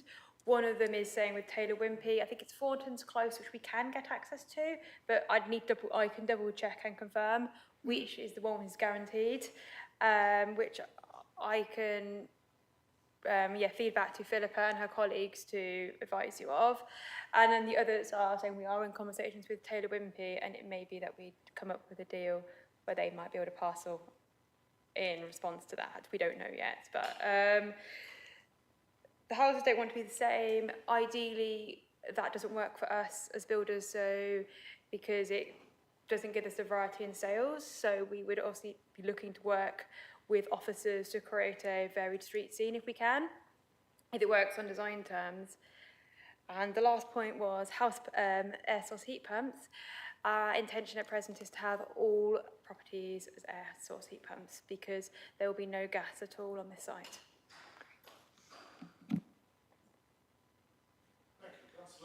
Bradnam. Thank you, Chair. A couple of points that I just appreciate you taking into account. One is that I heard it said drainage requires an element of pumped solutions. You talked about the drainage towards the A14, and whilst I know you've said you want the City Council hopefully to adopt management and maintenance of the non-private parts of the site, can you just make sure that you lay down very clear understandings about how the management of that responsibility for drainage will be maintained ongoing long term? I say this because sometimes people assume, not in this case, but sometimes people assume that parish councils will take on that responsibility, but it's onerous. It's also onerous if individual homeowners need to take it on. So it needs to be undertaken by a body that will take it on long term. The second thing is when you referred to the edge character, you pointed out about streets being built as non-cul-de-sacs. I'm very glad to see that, because that means that those streets are much more likely to be built to adoptable standards. We've had this in the past at Springstead Village, if you remember, where originally a plan came to us where there were a lot of areas where the club end of the street served less than 10 houses, and that meant it didn't have to be built to adoptable standards according to the county council, the highways authority. So the fact that these streets are loop streets, I'm hoping will mean that most of those streets will be built to adoptable standards, and that will mean it'll be a county responsibility to deal with drainage and lighting and pavements and all that sort of thing. The third thing is that from your diagrams, if you look at it now on the master plan, a lot of those houses will be, the front of those houses will be facing southeastwards, which is catching a lot of sunshine. And that means accumulated heat. Now, in my cottage, I'd love a bit of accumulated heat, but in tall buildings with lots of glass, that's likely to cause extra heat. So I'd like you to think in terms of passive cooling as well, or shading of windows, or, and I know you've said in your plans that you had built-in brise soleil sort of things, didn't you? Whatever the equivalent vertical version of that is across windows, but just bear that in mind in your design. And lastly, absolutely, you know, I know you're going to be looking at areas for play, and a skate park would be great, but bear in mind how extremely noisy they can be, and that most of the complaints we get about skate parks are from the not from the children who are using them, who absolutely love them, but from the residents around who find the noise, you know, later, you know, in the evening or sometimes late at night, can be really quite problematic. So you might need to do a bit of clever design, a bit of clever bunding to protect the residents from the noise. And also, let's face it, if you're creating a country park, hopefully that would be a nice quiet area for, you know, a bit of countryside and a bit of wildlife to come in. But it would be a shame if it was frightened off by noises of skate parks. I appreciate these things can go together, but with a bit of clever design, you can have both. Thank you. And respond to that. Thank you. I can respond to the orientation point, because you're absolutely right in terms of we've come, as we design housing now, or buildings generally, the orientation is absolutely key. With a development of this size and nature, you're going to get some houses that face in all four directions throughout the development. But what we can code is the sizes of the windows, which will vary depending on their orientation. So it's not only about the views, it's also about the comfort within, and making sure that actually you're able to provide cross-ventilation to ensure that the internal environment doesn't overheat. It goes back to a point, I think, that Ms. Porter, you raised before about the apartment buildings as well. We're looking at sort of narrow gauge apartment buildings with deck access, which allow cross-ventilation across the depth of the apartment themselves. And so within both the houses and the apartments are very mindful of these issues, and we'll try and ensure that the coding is clear on that. Well, we said we'd go on for 25 minutes. Are you okay to, if we accommodate one more question? Is that all right? Yeah, it's good. In that case, Councillor Stobart. Chair, it might not be a question, so I'll launch a series of comments, if you will, and that if it requires some feedback, we can do that, but I'll be quick. First of all, just picking up on Councillor Garvey's point, there is one particular pathway, and I'll just single it out again. It's Wellbrook Way, that tracks around the end of the Thorntons and towards Huntingdon Road, which is really important for the life of Girton. So I appreciate Taylor Wimpey have a ransom strip or something, but that is leading me to the point that is a more strategic route through the country park. We might think of it as a kind of country park way, a leafy way, but actually it would be used as a somewhat strategic route by commuters from Wellbrook Way, and we hear it on the doorsteps all the time. I think car-free is not just an aspiration, really a necessity, and we are proving it, I think. Waterbeach councillors might correct me, but I believe that the primary school approach in Waterbeach that's just about to be built will be car-free, and it can be done. I think taking away cars makes for a much less threatening environment for dropping your children off. And I think if that was to be repeated for secondary, it's a freer, it's a better environment, and it can be done. Just related to that, and I think I've maybe mentioned this before, understanding a number of, if you will, representative journeys that people will take through the development is probably a good way of understanding how it's all stacking up. So I refer to these as use cases, and let's say 2 or 3 or a limited number might be enough to be testing out some aspects of the street structure, the interconnections, even down to when the reserve matters come up, or perhaps even before that, to test out things like visibility and quality of street scenes and so on. And just to pick up on the point that Councillor Porra made about clutter in the environment, sometimes we address this the wrong way round, I think, and say, well, we should have underground bins. Well, I think the way of addressing this is to say that we should have unconstrained, clutter-free streets, which means no cars, no bins, and that leads us to a solution. So I think sometimes our criteria ought to be around environment. It would be nice to have that in the design guide, is we have clutter-free, and that carries certain implications. And yes, to underline the point, early mature trees, please, because I think that gives them a head start, and it's so important for maintaining the environment.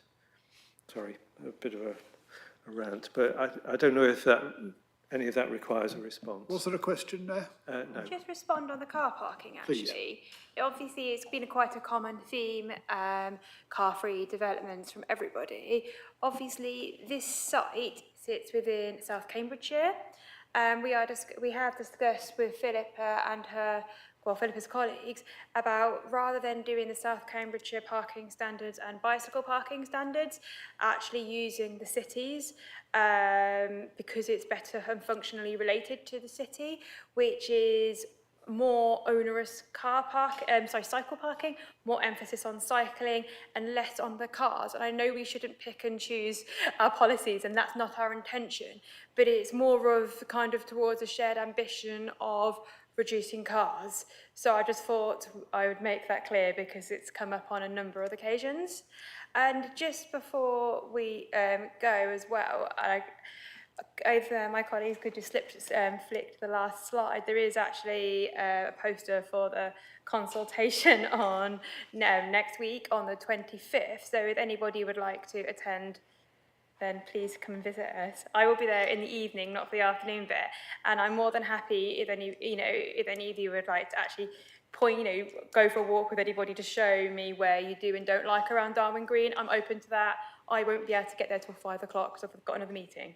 But if you'd like to, that's an open offer. Read out the details of the drop-in session. We can't read them from here, so can you just read it out? Yeah, it's the 25th of June from 3:30 till 7:30 at the Darwin Green 1 community rooms.